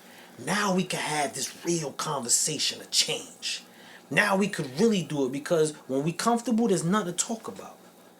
There's nothing to talk about. People are very comfortable. We had our feet up and we were chilling. Some of us was arguing, and some of us was fighting. Some of us wanted more, and people like, yeah, I get their beef. It's not right, but it had no connection. You know, at the end of the day, now that you said it the right way, the connection is a lot of people are gonna be forced to do what they needed to do a long time ago. And the comfortability that they have is like, it's crazy, bro. It's just so crazy. Like, now people gonna realize that it ain't gonna be no money. It ain't gonna be a lot of things that people was getting before. And it got taken right out, like with no problem. And the kids in school, they say, oh, they don't learn nothing in school. What they're gonna learn if you don't really teach them in the home? You're not teaching them in the home, and there's no school to go to because you're not financially stable to send them to a Catholic school. Yeah. What are you gonna do? Yeah. You know, this is what is for me to the kids and to the parents, because a lot of parents don't take the time to help their kids to do the homework. They don't. To do the things. You know, there's a lot of things that you would love to see for your kid to do, but you're not taking the time to help your kid succeed. And also have that conversation. You know what I'm saying? Like, it's scary. It's scary, but we got to have that conversation. And for me, we always want our kids to have or not to go through what we had, right? We don't want them. So we set them up in ways for them to stay away from some of the things we faced. And then we start seeing behavior patterns that we don't like because what we've been through was a character base. It helped form our character to even set that conversation up. And I learned that strongly during George Floyd. I remember coming back from the march. We were on a ban. No one was supposed to go outside. I went. I gave my family a kiss, and I told them I'm going. My wife was like, yo, do you really want, like, I'm scared. And I was like, babe, I got to be out there. I gotta be out there. And I went out there, and the cops surrounded us, and the cops even was like, yo, forget about it. Don't even worry about it. And I came home, and I remember sitting down, taking my stuff off, because it was still pandemic. So, I'm cleaning myself up, taking my stuff off, and my little daughter, Casey, comes in my room crying. I'm crying. I got tears in my eyes from what I saw, and it was just emotional, right? And my little daughter comes in my room, bro, and crying. And I said, babe. And she gives me a hug. And you know what she said to me, bro? I'm proud of you. I'm proud of you, bro. You know how you say that, Spud, and your daughter to say that. I stood to this day. I don't understand the things that are happening in plain eye. And people say slavery or whatever, but I didn't think that certain things would happen that are happening now. Like you say, religion. The back of the Bible says a lot of things that are just coming and it's scary. It's so scary, but it's life, and I'm so used to, like, even going to school. When we was young, we didn't worry about school closing. We might have not got taught anything, but we had different times to go to school, and there were some teachers that cared. Now, everything is different.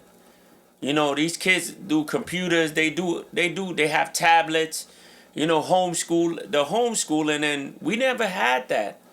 It's just scaring me more that these kids are so used to the social medias and the tablets.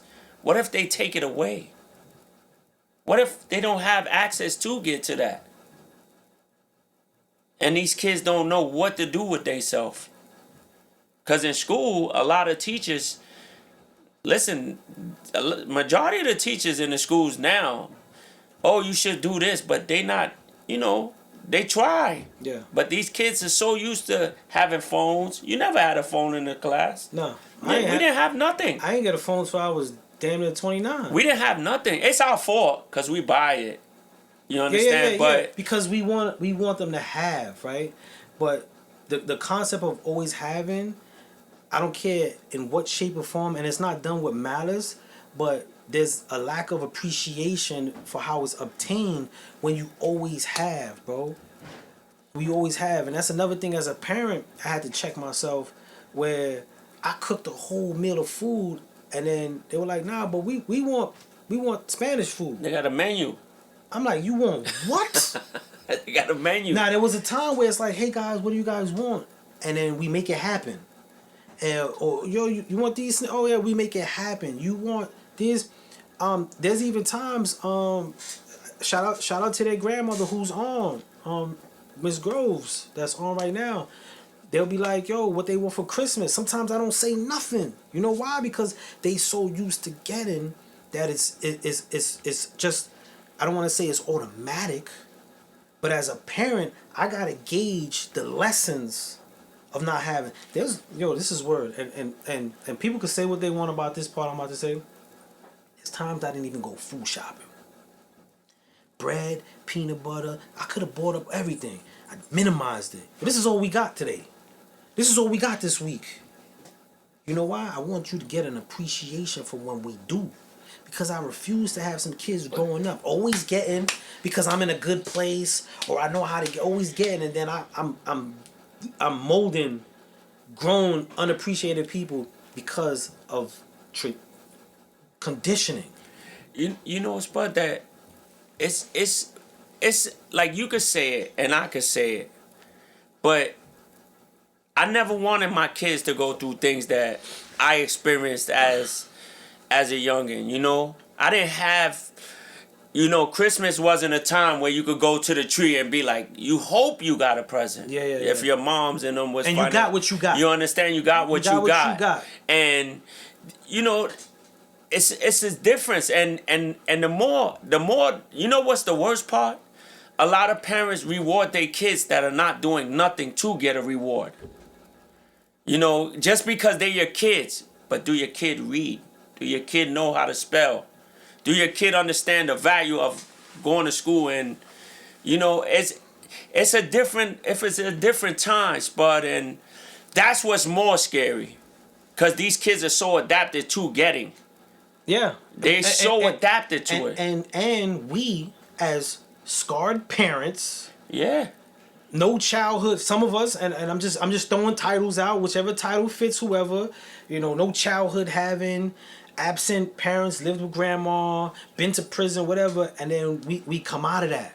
We come out of, we blossom. We bloom out of these hardships, and we're here and we're strong, and then we see our little ones blossoming, and we want to protect them from that. We want to make sure that everything we don't have is a reflection of what we doing for them is what we wish we had, and we're capable of doing it. But we gotta balance that, because our appreciation to what we have is because we ain't have it. Yeah. You know what I'm saying? We didn't have it. So when we work hard and we bust our ass and we get it, and we pushing nice V's and we living and we doing the stuff, we have an appreciation for it. Like my kids right now, I cracked a joke. I was thinking about getting a new whip. I saw a Hyundai, I think it's called Pensacola. It's a truck. Looks nice. I say to my kids, "Oh, what y'all think about that?" They was like, "I'm not going in that." I said, "Why? Why you not going in that?" They said to me, "Why? We in a Maserati." Bro, I sat there for a whole time sitting there like, God damn, bro. You know what I'm saying? And they didn't say it's snobbish. They're just saying what they know. So for the, you know what I'm saying? And that right there was another reminder of like, okay, I gotta be on my balance. I have two different, you know, my daughter is like into all the stuff that but Lil Nay is not like that. Lil Nay is different. So, you know, I don't do a lot. I do anything that my kids want, and cause my kids do good in school, Spud. My kids are not bad kids. You know, they deserve it. And you know, I didn't have that when I was a child. I didn't have my dad. And you know, at the time when I was young, my mom's had a problem, so it was like a different life, bro. So to see them grow and do things, it's like, damn, it's a blessing, Spud. And I'm financially could do it. You know. Yeah. No, and that's your reward. Do it. Yes. And do so it. that's how I feel. I'm with you on that. It's the reward. It's the reward that I understand. Like yes. you know, it's not like you know the work ethic is dope. Like if I could keep you like this and you stay like this all the time, you good. Yeah. When that stops, everything stops. So no, I feel you on that, because I love reward them. Even Pat, you know, she said, you know, grandmas have privileges. You know, your kids don't ask for anything out of line, and they also have a good work ethic, and they do. Like Jelly wakes up on her own. She gets ready for school. She does, like, they have great work ethics. But you know what I reflect to? I had great work ethics. I was a great kid in school. I went to prison for life, bro. There was in a part of my journey where that balance wasn't there for me, bro. Which I derailed. Because why? I always was a good kid. I always had stuff. Yeah, I knew the streets. Yeah, I shot a gun. My brothers was wilding. Yeah, but I was conditioned into, it always works out for me. And then I spent all these years in prison. And then I came home. And me knowing that I grew up in a 2-parent household, bro. You see how you just said, bro. But look, none of my friends had that. So now that you just said that, I never had that. So when you say your work ethic, this is the difference. It's a balance that I always say, you know, I didn't have my mom's and I didn't have my dad. So my grandmom's was, you know, there because she's my grandma. It was always love. So my work ethic wasn't like, yo, go to school, because I didn't have nobody to push me to go to school. It said, yo, and your mom worked in school. She did. She was not to cut you off. My mom's was in my class my first 2 years in school. That's dope, bro. 2 years in school, my mom. That was dope. That's dope. That was dope. But guess what? I had my moms in school. You know what I'm saying? And my moms did everything for me. But we didn't have that real in-depth conversation of life, My pops ain't do that. My pops put money on the table, make sure the house was there. My pops showed me in visuals what, not to cut you off, showed me in visuals what to do. But that balance in appreciation, hard work, and grind, I learned that in the streets. Now that you say that, I didn't have that, Spud. I had none of the things you just said from the pops or my moms. So I had to learn from people that was around me to give me the little guidance to succeed. Yo, Spud, my whole life I've been around people that have been in jail, and they would tell me, yo, that's a place you don't want to go. You know, I probably, on my whole block, it was probably only 2 of us that finished school. Yeah. That finished school. So when I'm home and I'm around my kids, you know, they don't get it from me.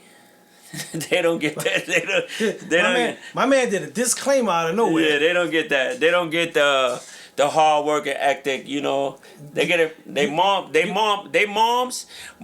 kids' moms. Yo, they mold my kids. But yes, she mold my kids to the point where mother love molded them. But I'm speaking from a child's perspective. Seeing you work, doing the things you do, the way you are, even your protective stance is all learned.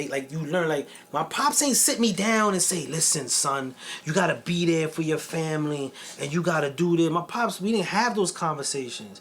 But as a man, I learned so much from my pops because I watched him wake up 5 in the morning all my life, go to work, come back, cut up, come back, fix the crib up. I don't care if it was my 2 brothers in and out of prison. Yo, when it came, my pops would put his last underwear, shirt, everything on the table. Like, I gotta get my boys out. Like, I saw things that. So for you, I'm saying that, like, they watching. No, my kids understand. They understand that I go out there too, you know. But it's things that you need a balanced home. Your home has to be balanced with these kids. You know, I reward them because they do things to get rewarded. But a grandparent is a plus. A grandfather, a grandma, they like the best thing in the world, bro. A grandmother is like the best thing in the world because they don't take nothing. Yeah. Their routines don't change. They just lay the law down. If they don't want to give it to you, they don't give it to you. If they don't want to do, they just let you know that you better go to school. That school has got to be important before you do anything, and don't ever disobey your mother or father.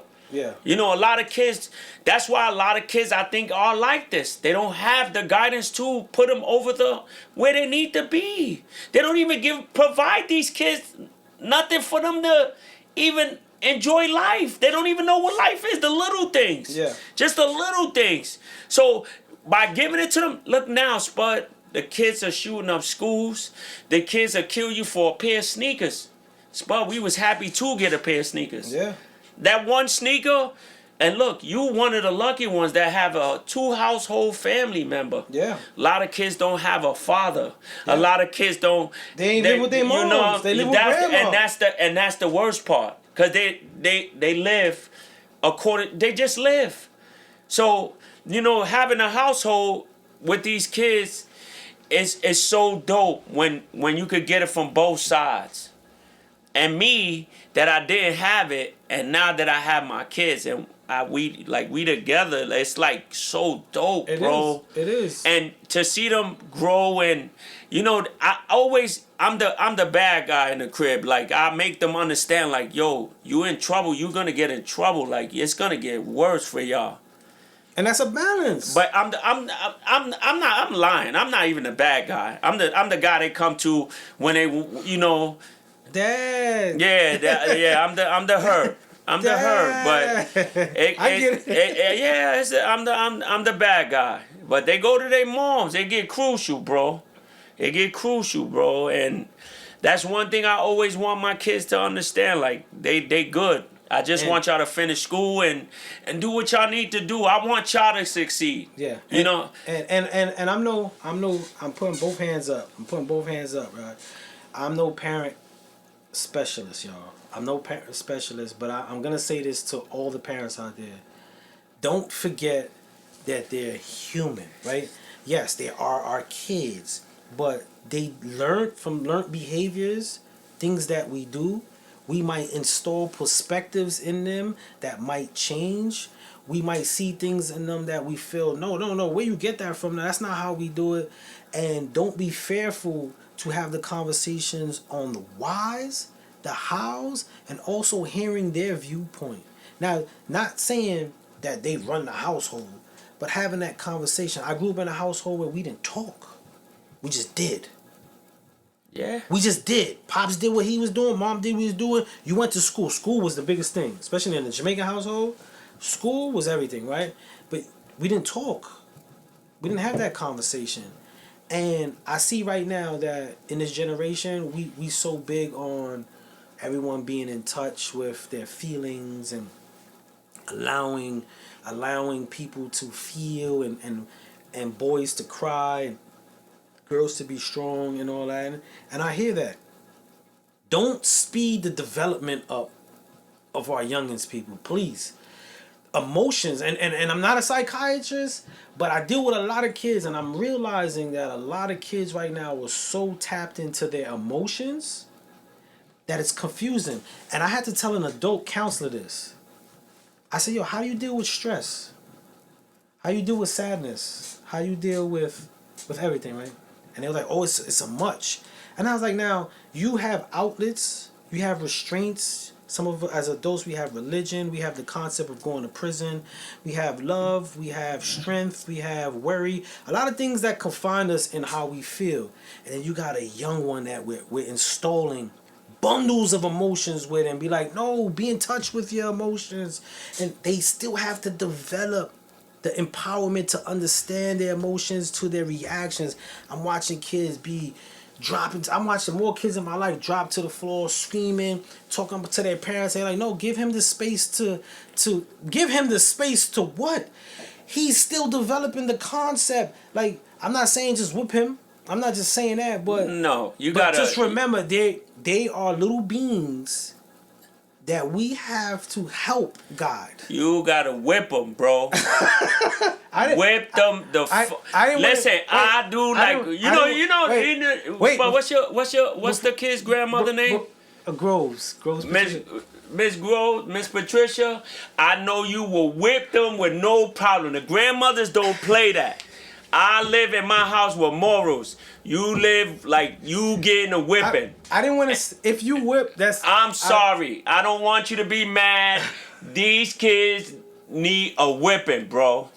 Sorry. I'm not against. Majority of them, you can't play with them. That's it. I'm not against disciplining. However you discipline. And not a whipping with extension cords. Yeah, none of that. No. I'm not talking about abuse.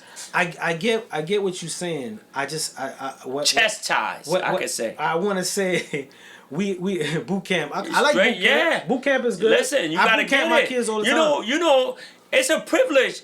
These kids got a lot of privileges that they really don't even realize. You know, they don't pay bills. They got a phone. They got things that we never had. To touch the phone in the house, you have to pay for the phone. Yeah. You understand? A TV, you have one TV. And if your mother, father watching, you don't change it. Yeah. So now households got like 6 TVs. Yes. Yeah, that's true. I did have and that's the thing. Like, even me as a kid, we teach do the right thing because it's the right thing to do. But what's the right thing? You see what I'm saying? Like that, it gets gray because I could go to a household and they be like, yo, kids, listening. This is the right thing to do. When someone is bothering you, punch them in their face. Like the right thing. We can't just rely on right and wrong when we talk to our kids. We got to talk to our kids about what is as well. You know what that is right and wrong is subjective. What is even the fighting, Spud. Like, you know, I don't send my kids to school, but you got to defend yourself. You know, I hear parents saying, "Oh, it's not. Oh, so you gonna let your kid get beat up, or you just like." Nah. Wait, you understand? You know, I wasn't raised like that. Nah, my pops. You know, listen. You better pick them hands up, even if you lose. My pop says, someone insults you, you spit at him. He spit at you, you punch him. He punch you, you punch and kick him. If he punch and kick you, you hit him with a stick. I like that. She said treat people the way you want them to treat. But I always treat my kids, tell my kids respect take you a long way. And you treat people the way you want to be treated, and if you do disrespect, you're going to get it. You're going to get it. I don't care if you was right, wrong. Anybody that's older than you, and like, you better have respect. And a lot of these kids don't have respect. They don't know what respect is. Yeah. You know, to jump in your mom's face, or, you know, even for your mother to allow it. Just to sit there and just take it. Like, nah, that's not happening. That's not happening. You know, there's things that you don't do that a lot of people doing it now. Yeah. It's not cool. You don't wear the sneakers your kid got. Or you looking like your kid and you... Listen, you're doing everything wrong. You know... And do some... Like what they say, too much of anything makes you an addict, you know what I'm saying? And too much of anything could be bad, you know what I mean? It's like, we just can't forget that there's a balance, you know what I'm saying? There's a balance. Me, like me, right? I'm not a big fan, and this has been since years in prison. I'm not a big fan of the national anthem, right? Like, I don't put my hand across my heart. I went to a football game with my man. I respectfully stood up.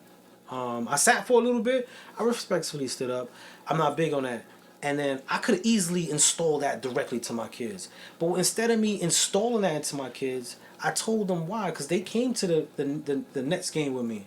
And my daughter asked me, like, Dad. And after the game, I sat down and I told her why I don't. And I gave her some freedom to be like, how does that make you feel what I said? And how does it feel to you? And I created that. But as parents, sometimes we just install. Just install. And sometimes we have to. Because they're not ready to make decisions. They're not. I don't care what anybody say. Kids are not ready to make decisions at times. So we have to install until they are ready to detach and then set their own program and say, install.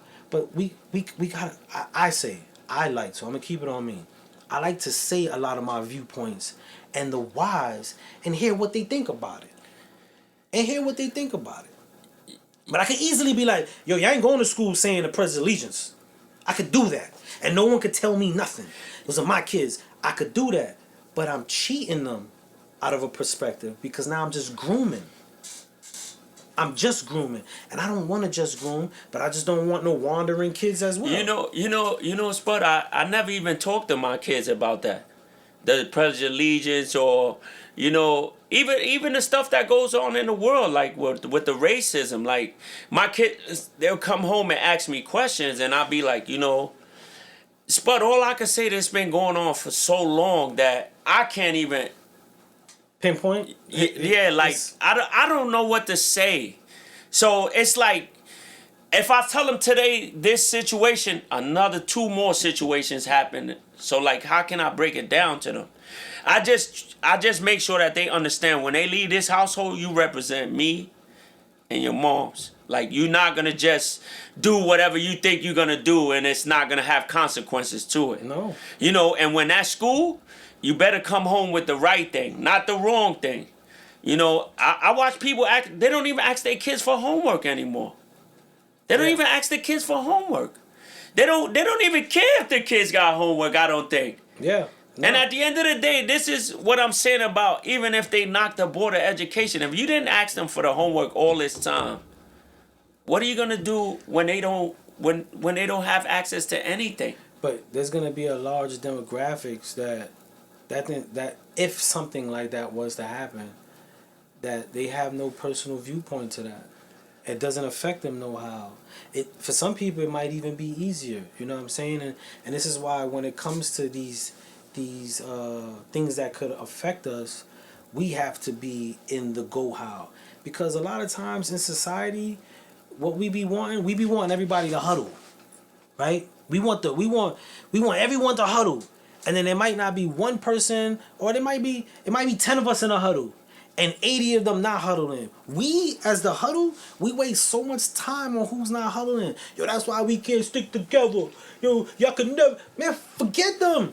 It's us 10 Let's work on us 10 because we can make 20. And that 20 can make 40. And that's what we gotta do. Even that, like you say that, Spud, like, oh, we can't stick together. Spud, I don't care if we didn't stick together. We do. But that's you said we do. I'm just saying in general, like, I care about what's in my household and my family. I don't care what everybody else is doing. Yes. So if you don't want to do it, I just make sure that in this house, the base, this home base, you're gonna understand that it's us against whatever. Yeah. Whatever. But and parenting it's not hard. But I think that what we do wrong is like we just give them. We just give them, and you said something deep. Parenting is not hard. The issue with that, it's not simple. It's not that. It's not simple, but it ain't hard. You understand? And I didn't realize that until I became a parent. Like even going to my grandmother or somebody saying, "Yo, I want those kicks." You understand? And they can't afford it, and I'm like, "Damn, I want those." But now to my kids, like I don't say no because I'm rewarding them because they do everything that I want my kids to do. Yeah. And people say, "Oh, you spoil them. You do this," but they're my kids. Yeah. And they represent me. When they walk out this door, I don't have no problem with my kids. Yeah. So and I can respect any parent that says, "Yeah, I spoil them. That's my kids." Once you any parent, I'm not just saying you, any parent could say, "That's my kids." Once I hear "that's my kids," I don't care what you teaching them. That's a fact. That's your kids. But when it comes to, yo, they not doing this, when I'm like, yo, but you doing this. This is why. That's when I want to kind of interject. But if a parent tells me that's my kids, I checks out. I'm a parent. I'm a parent myself, and I know if I'm doing something that anybody got a perspective out of, and they be like, yo, that's my kids. Once I say that, I don't care what anybody's saying. So when I hear it, you got it. You got it. That's it. You got it. Listen, I made them, and this is how I gotta be. No matter what you think. My daughter told me, she like, oh, when I'm 18. Yo, I looked her in the face and I said, let me tell you something. Until I leave this earth, when God tell me that it's time to go, you ain't got no say so. Man said, what? You don't have, but this is how we was raised. Remember, you couldn't talk at that spot. You couldn't see. These kids, like, do things that I... Yo, half the things my kids ask me you for, understand? I'd be like, if I uttered those words in my house. Or they talk under the teeth or something and they walk away. Bro, my pops ain't beat me, but my mom's whipped my ass. Bro. Everybody, I love my moms. Rest in peace, my moms. I love her, but my mom's she did not play. Yeah, she did not play. People might not know that. My moms did not play, bro. My mom's and you know what one thing grew up. I remember the first time I got slammed by a cop. I probably like 11 years old. 10 years old. A cop slammed me in water on the corner. Just straight up and slammed me. And then told me lay there, right? And then told me get up and run home, right? And I ran home to my mom's and I was crying and I was mad. I was crying mad though. I was crying mad and my mom's, was wiping me up. And you know what she told me, man? I'll never forget this. She told me, she was like, life ain't fair for us, and she looked at me, and this is how, and this is just to give a depth of like our living situation in society. My mom looked at me and she said to me, "Don't you ever call a cop for help, bro." Bro, after I just got slammed, I'm like, I'm not. You know that your mom say that. God rest my grandmother's soul, bro. She always used to tell me like that. You got a strike against you. When you this, it's a strike. But if you this, and remember, I'm Puerto Rican, so I got like two-tone colors. You like, wait, I got so all that. I was bugging. I'm like, but my grandmother, and this is why, I just lived a different life. Like, it was so crazy that my grandmother would tell me things that's coming to light now. And me as a child, it was hurting me, Spud. It would hurt me, like, to see my kids. That's why I don't tell my kids nothing. And, like, with the racism, all that, Spud, like, You know, they see it. We gotta fuel them. Yeah, but no, they see it, Spud, and the reason why, because what they seeing we think they seeing from a lens. We don't know the understanding of what they seeing, so we also gotta be on them to introduce these things. Cause the world, especially with TikTok and Instagram, yo, they getting introduced with so much stuff going through these eyes and sitting in their head, and they can't even decipher a lot of the stuff. And then we got society telling them, yo, be free with your emotions and don't worry. Yo, it's just like this. It's like this, and their minds are developing. So we gotta come in and be a roadmap and weed out some of the stuff that's taking space in their head, and like, yo, you know, this is what happened in society. This was happened in our generation. This is what happened in history, and we got to, bro, because the information is getting relayed so rapidly and false. You know, even when they come with the back and forth, you know, like I could just tell my kids something, and they always say, "But this person, but you're not that person." That's my favorite. You ain't that person. You're not that person. And you always gonna remember, you're never gonna be that person. And as long as I'm here and your mom's here, you're never gonna be that person. And don't think that we cool with you. None of that. You know, I feel bad when I do gotta chastise Lil Nate. But you know what? It don't feel good, but sometimes it's needed. And I watch kids jump in their mom's face or tell their mom, like, are you serious, bro? Like, you really gonna sit there and allow this little kid, even if he was grown? Yo, bro, my grandmother would tell me that she would break my teeth if she would ever hear me talk to my moms or my dad. Yeah. And look, they was never in my they wasn't in my life, bro. And my grandmother still would sit me down and say, boy, if I ever heard this out of your mouth, I'm gonna break your teeth. And that's one thing that I wish that, you know, at that time that I took heed to it, but I didn't understand until I had my own kids. Like, if it came out of my kid's mouth and told me, like, I'm fast to jump on my kids, bro. Like, what you just said? Yo, Lil Nate be, like, he'll get, like, a little tough, and I'll be like, yo, don't play with me. Like, I'll knock you down. Like, for real, I love you, but don't do that. Yeah. We have family meetings in my house, right? So we all sit down at the table and just share, like, what's on your mind, and give the kids a chance to say, maybe I did something and I didn't know that bothered them and all that. And so we came up with this thing where our code for when they get excited and they might be like, nah, is, okay, let's start this over. Because I was the one like, what? I get the trash bag. Everything's in the trash. Tied up. That's how I used to do it. And one day in our family meeting, they were like, Dad, we be scared to, when you ask us something wrong, we be scared to say it because we think you just gonna just come and regulate our stuff. So now we brought up, yo, if something's happening, we ask, can we start all over? And that start all over is to give the individual the chance to rectify your approach. After can we start all over? And there's no inkling of something being reformed in that situation, then I gotta do what I gotta do, and I gotta Thanos the whole situation at a snap of a fingers, and this whole thing disappears. I don't think I can have a family conversation, and you can. Man. I can't, Spud. Yo, Spud, I wasn't raised like that, bro. Even if we had a family conversation, you say that one thing, it's gonna go left. Cause you don't have Spud, to me, my kids don't have the right. You could give me your opinion. You could tell me how you feel. But there's things that I wasn't raised like. I don't know.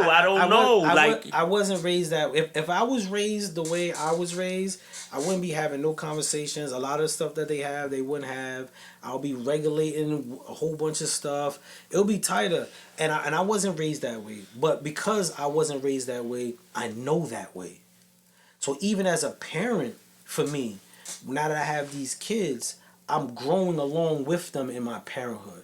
Yeah, I'm an adult. That's what I have over my kids for the rest of my life. I've been an adult longer than you, and as you Yeah. become an adult, I become an adult. So I have that over you. But I wasn't a parent until I had you. So the moment I have you, I am growing as a parent. So that's why I open up those flaws for that to see if my technique is working. Or I might even one time, Casey says, "Oh, you gonna eat dinner with us today?" I said, "Yeah." She said, "Oh, I thought you was gonna have your sessions or do studio work or something." And in that moment, I was like, "Damn." So I opened up the floor for the conversation. Like you mentioned that earlier. How does it feel? And I got a whole perspective. Me busting my ass, making sure I make this money. To me, I'm like I'm doing the parent thing. I'm getting that bread. When she was like, "Yeah, you know, some days when we have dinner, I wish you was here more." To me, I'm like, me doing this is making sure we got all the dinners. So then I had to have that conversation. Like, I didn't look at it that way. I always looked at it this way. And she wasn't sad, but she was conditioned. But I didn't know that. But kids, I didn't know. I didn't like, feel that. Stuff like I that. felt like I was doing a great parenthood. Even like, you know, I have conversations with my son. And there's things he'll tell me, Spud. Yo, Spud, I ain't gonna lie, bro. One day, I don't know what I was doing with my son, and I used to love to smoke weed, bro. And Lil Nay one day told me like that.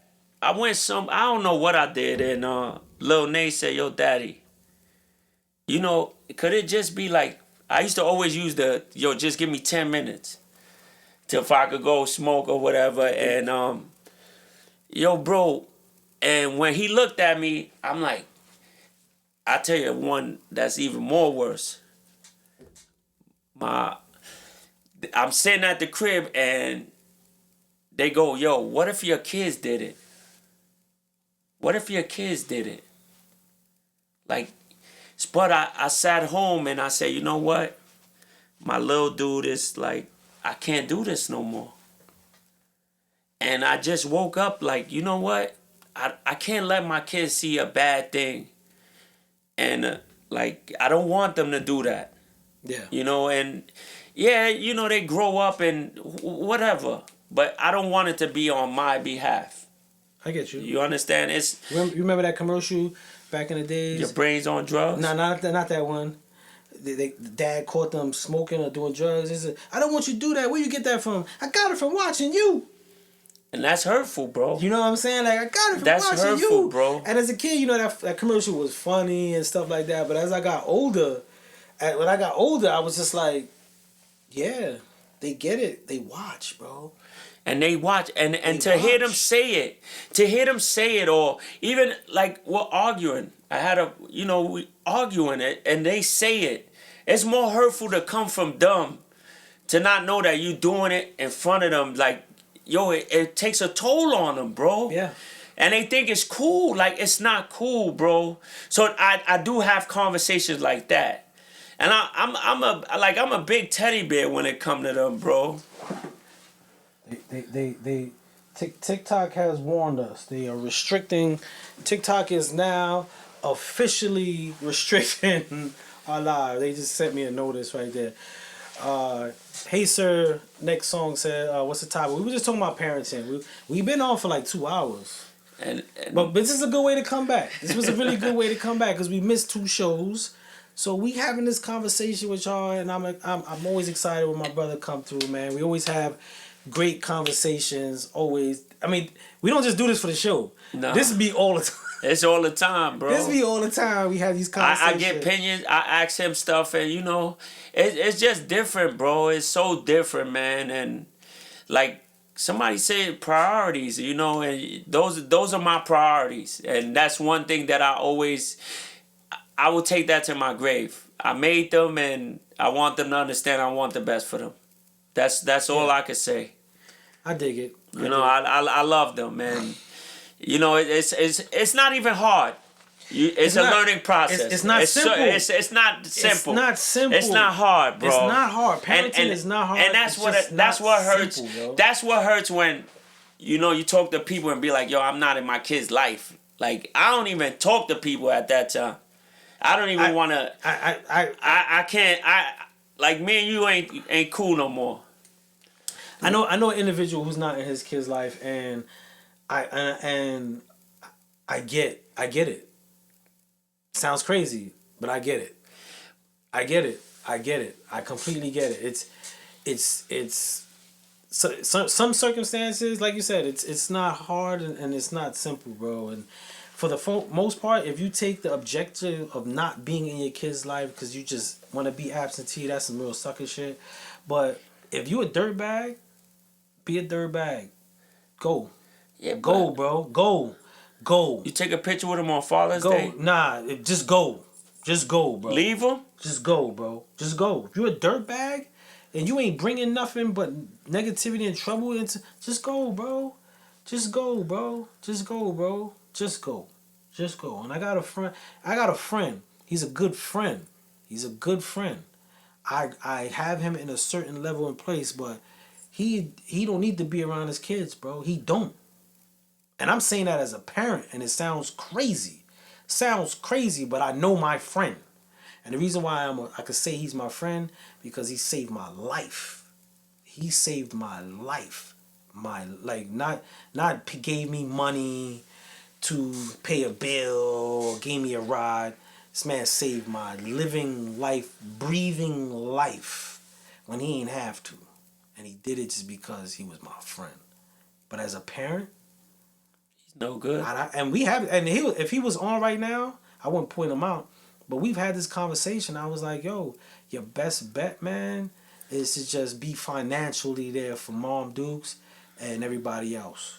Like, just do that. But that individual, and I'm speaking about an individual who saved my life. As my life. And I be telling him, yo, don't, bro. Don't, bro. Don't. Just make bread, man. Put up a fund. Take care of school if you can. Keep the house going. Make sure Mom Dukes is good. But don't. Even saying home, Spud, and like saying, like I can't see my kids without, Spud. I can't see this earth being without my kids, bro.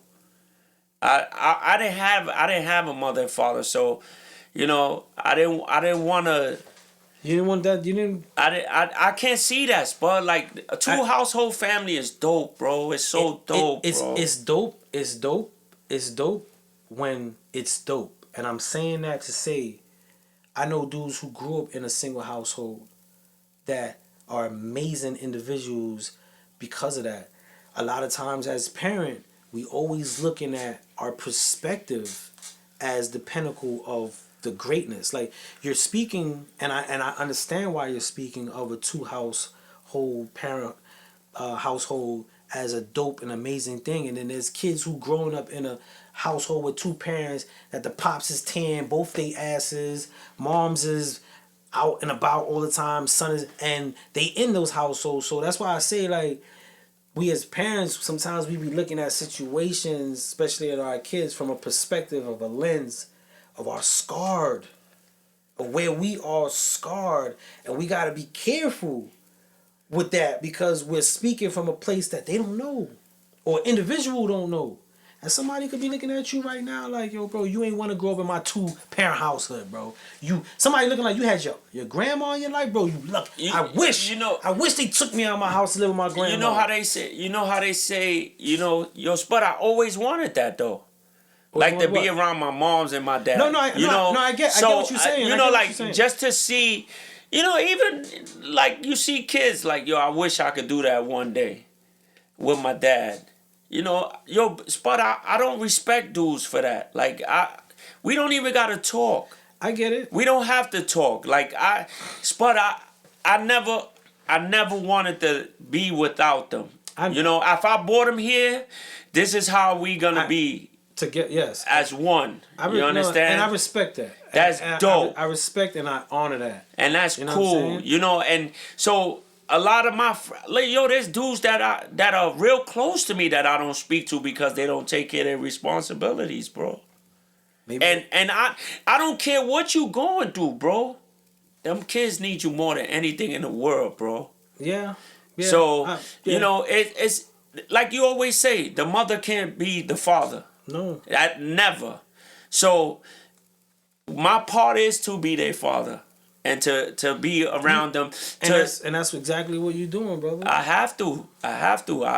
You don't have to. No, I have to. No. Spud. And the reason why I say you don't have, and I'm not saying that. What I'm saying, the reason why I'm saying you don't have to is because I want also fathers to take the magic of them doing it, not in the phase that they have to, that you're doing it. That's a magic, bro. We as dads that are active, bro, I'm gonna keep it real.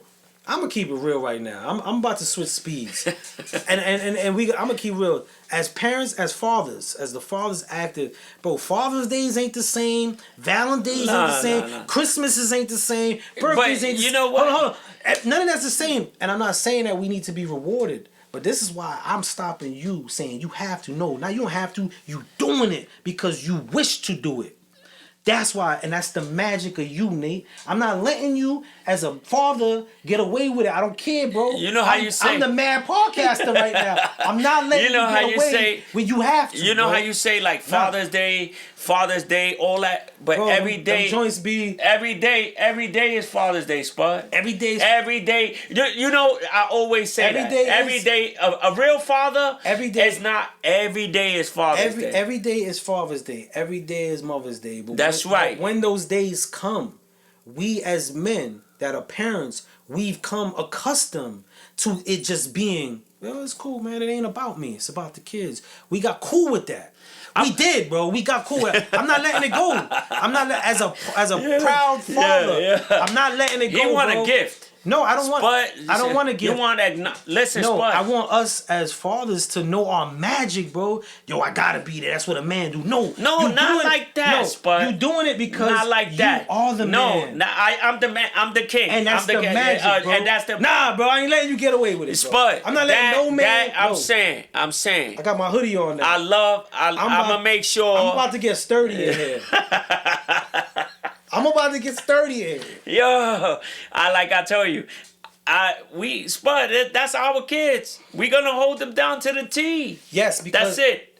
Because of who we are. Yeah, we not because we have to. Because not have to is like we want to, bro. We want to with a passion. Yeah. We want to because there's a whole bunch of men out there that don't want to and are not doing it.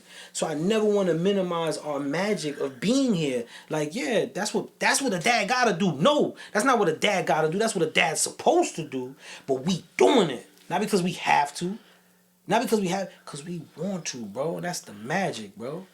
We did because that's us, bro. We love them. Well, that's my Father's Day. And I ain't letting no father get away with it, especially if they in their father's life, bro. I'm not I don't get crazy passionate about nothing like that. But when it come to that part, I'm not letting you get away with it, Nate. No, I'm not.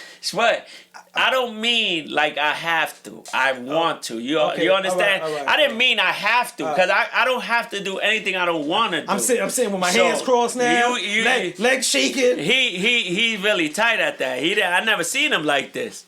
He a little mad today. Nah, like I love being a parent, man. I love being a father, and I think we're in a time where we talk about, inclusion and everything being fair and equal. And as a man, as a parent, as a man and a parent, we've had a lot of privileges that women didn't have in life.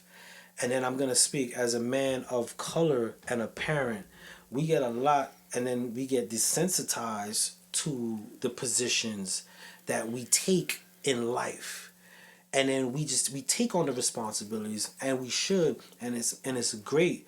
But as a man to another man, I'm not waiting for it to be something more. I don't really care about the gifts, but what I do care is to make sure that a person that I see doing that, I want them to know the magic in that too, bro. Not just the responsibility, the magic of being there, providing, being able to reward or scold your kids like you're there to do it because you want to make sure that they're on a good path and you want to make sure you're giving them guidance, and that's a magic, bro. That's love. That's a, you know what I'm That's saying? dope, That's a magic, bro. And we can't just get lost in I gotta do this, bro. No, you don't. No, No, I don't. I don't have to. I could be like this. I'm out. I could. Would I? No. Because that ain't my magic, bro. See, like you just said, am I out? No. I love them. I'm always gonna be, and not like you said. You don't have to. You want to. You want to, and bro. and I want to be in my kid's life. And I'm always gonna, and that's always me. No matter how old they are, what they going through, I want to be there. And that's your magic, bro. I love them, and they good. They just something that I'm gonna cherish for the rest of my life. My household. Household is dope. Like your household, you have family meetings. I think I want to try that too. Do that. One day when y'all all sitting down at dinner, just open up the floor like, yo, how you feel? Like, do I do anything that bother you? Something like, and you open up for that safe space for the conversation, and you get a good understanding of sometimes like I told you with me, I didn't know me grinding as hard as I'm grinding, making sure we got all the things. To me, I'm like, I'm doing what I gotta do. I'm on my job. And then she's like, oh, you having dinner with us? Oh, I thought you was gonna, do a session or interview somebody. And I'm like, nah, I'm having dinner. And when I opened up the floor, she was just getting so used to me not being at the table. It was something big. That told me like, okay, I gotta balance that. So every chance I get, I'm like, yo, let's have dinner or let's watch a movie. I push the envelope a little bit more outside of that. And now when I'm doing my job or I'm grinding, I share that input with them. It's not like I just go like, yo, I'm out, I gotta do a session. It's like, hey guys, I'm about to get to work. What time we having dinner? All right, my session is 4 hours. Y'all can hold out till I'm out and I'll have dinner with y'all. All right, Dad. Boom, I jump, do my sessions, come back. Before it was like, yo, y'all have dinner. I'll eat later. You know what I'm saying? No safe places, only safe words. It's safe. Miss Jackson with the laugh out loud. What we do that in another world. What we do that, or I guess it's would we do that in another world? I'm not sure, but I would love to know what that question is. But I know we've been rocking for a long time. I just want to say, if through anybody on TikTok or Instagram, what we meshed a whole lot of different conversations. But one thing I think is safe to say is like, don't forget to be not only in touch with, your common day moments in life, but your kids and what that means between the understanding of you and them and you, and not just kids, your loved one and the person that's close to you and everyone. Just be in tune with it, man, because we got a lot of noise and things that help guide us that don't care about us. That was pretty dope, man. And that's one thing that I'm gonna always cherish now. That you gotta speak, yo.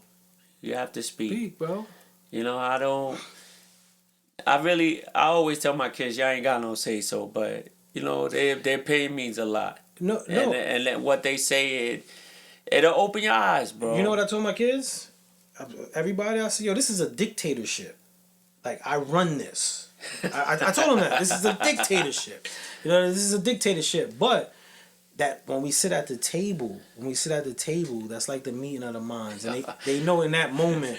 Look at what she said. We do have meetings. He's always in another world.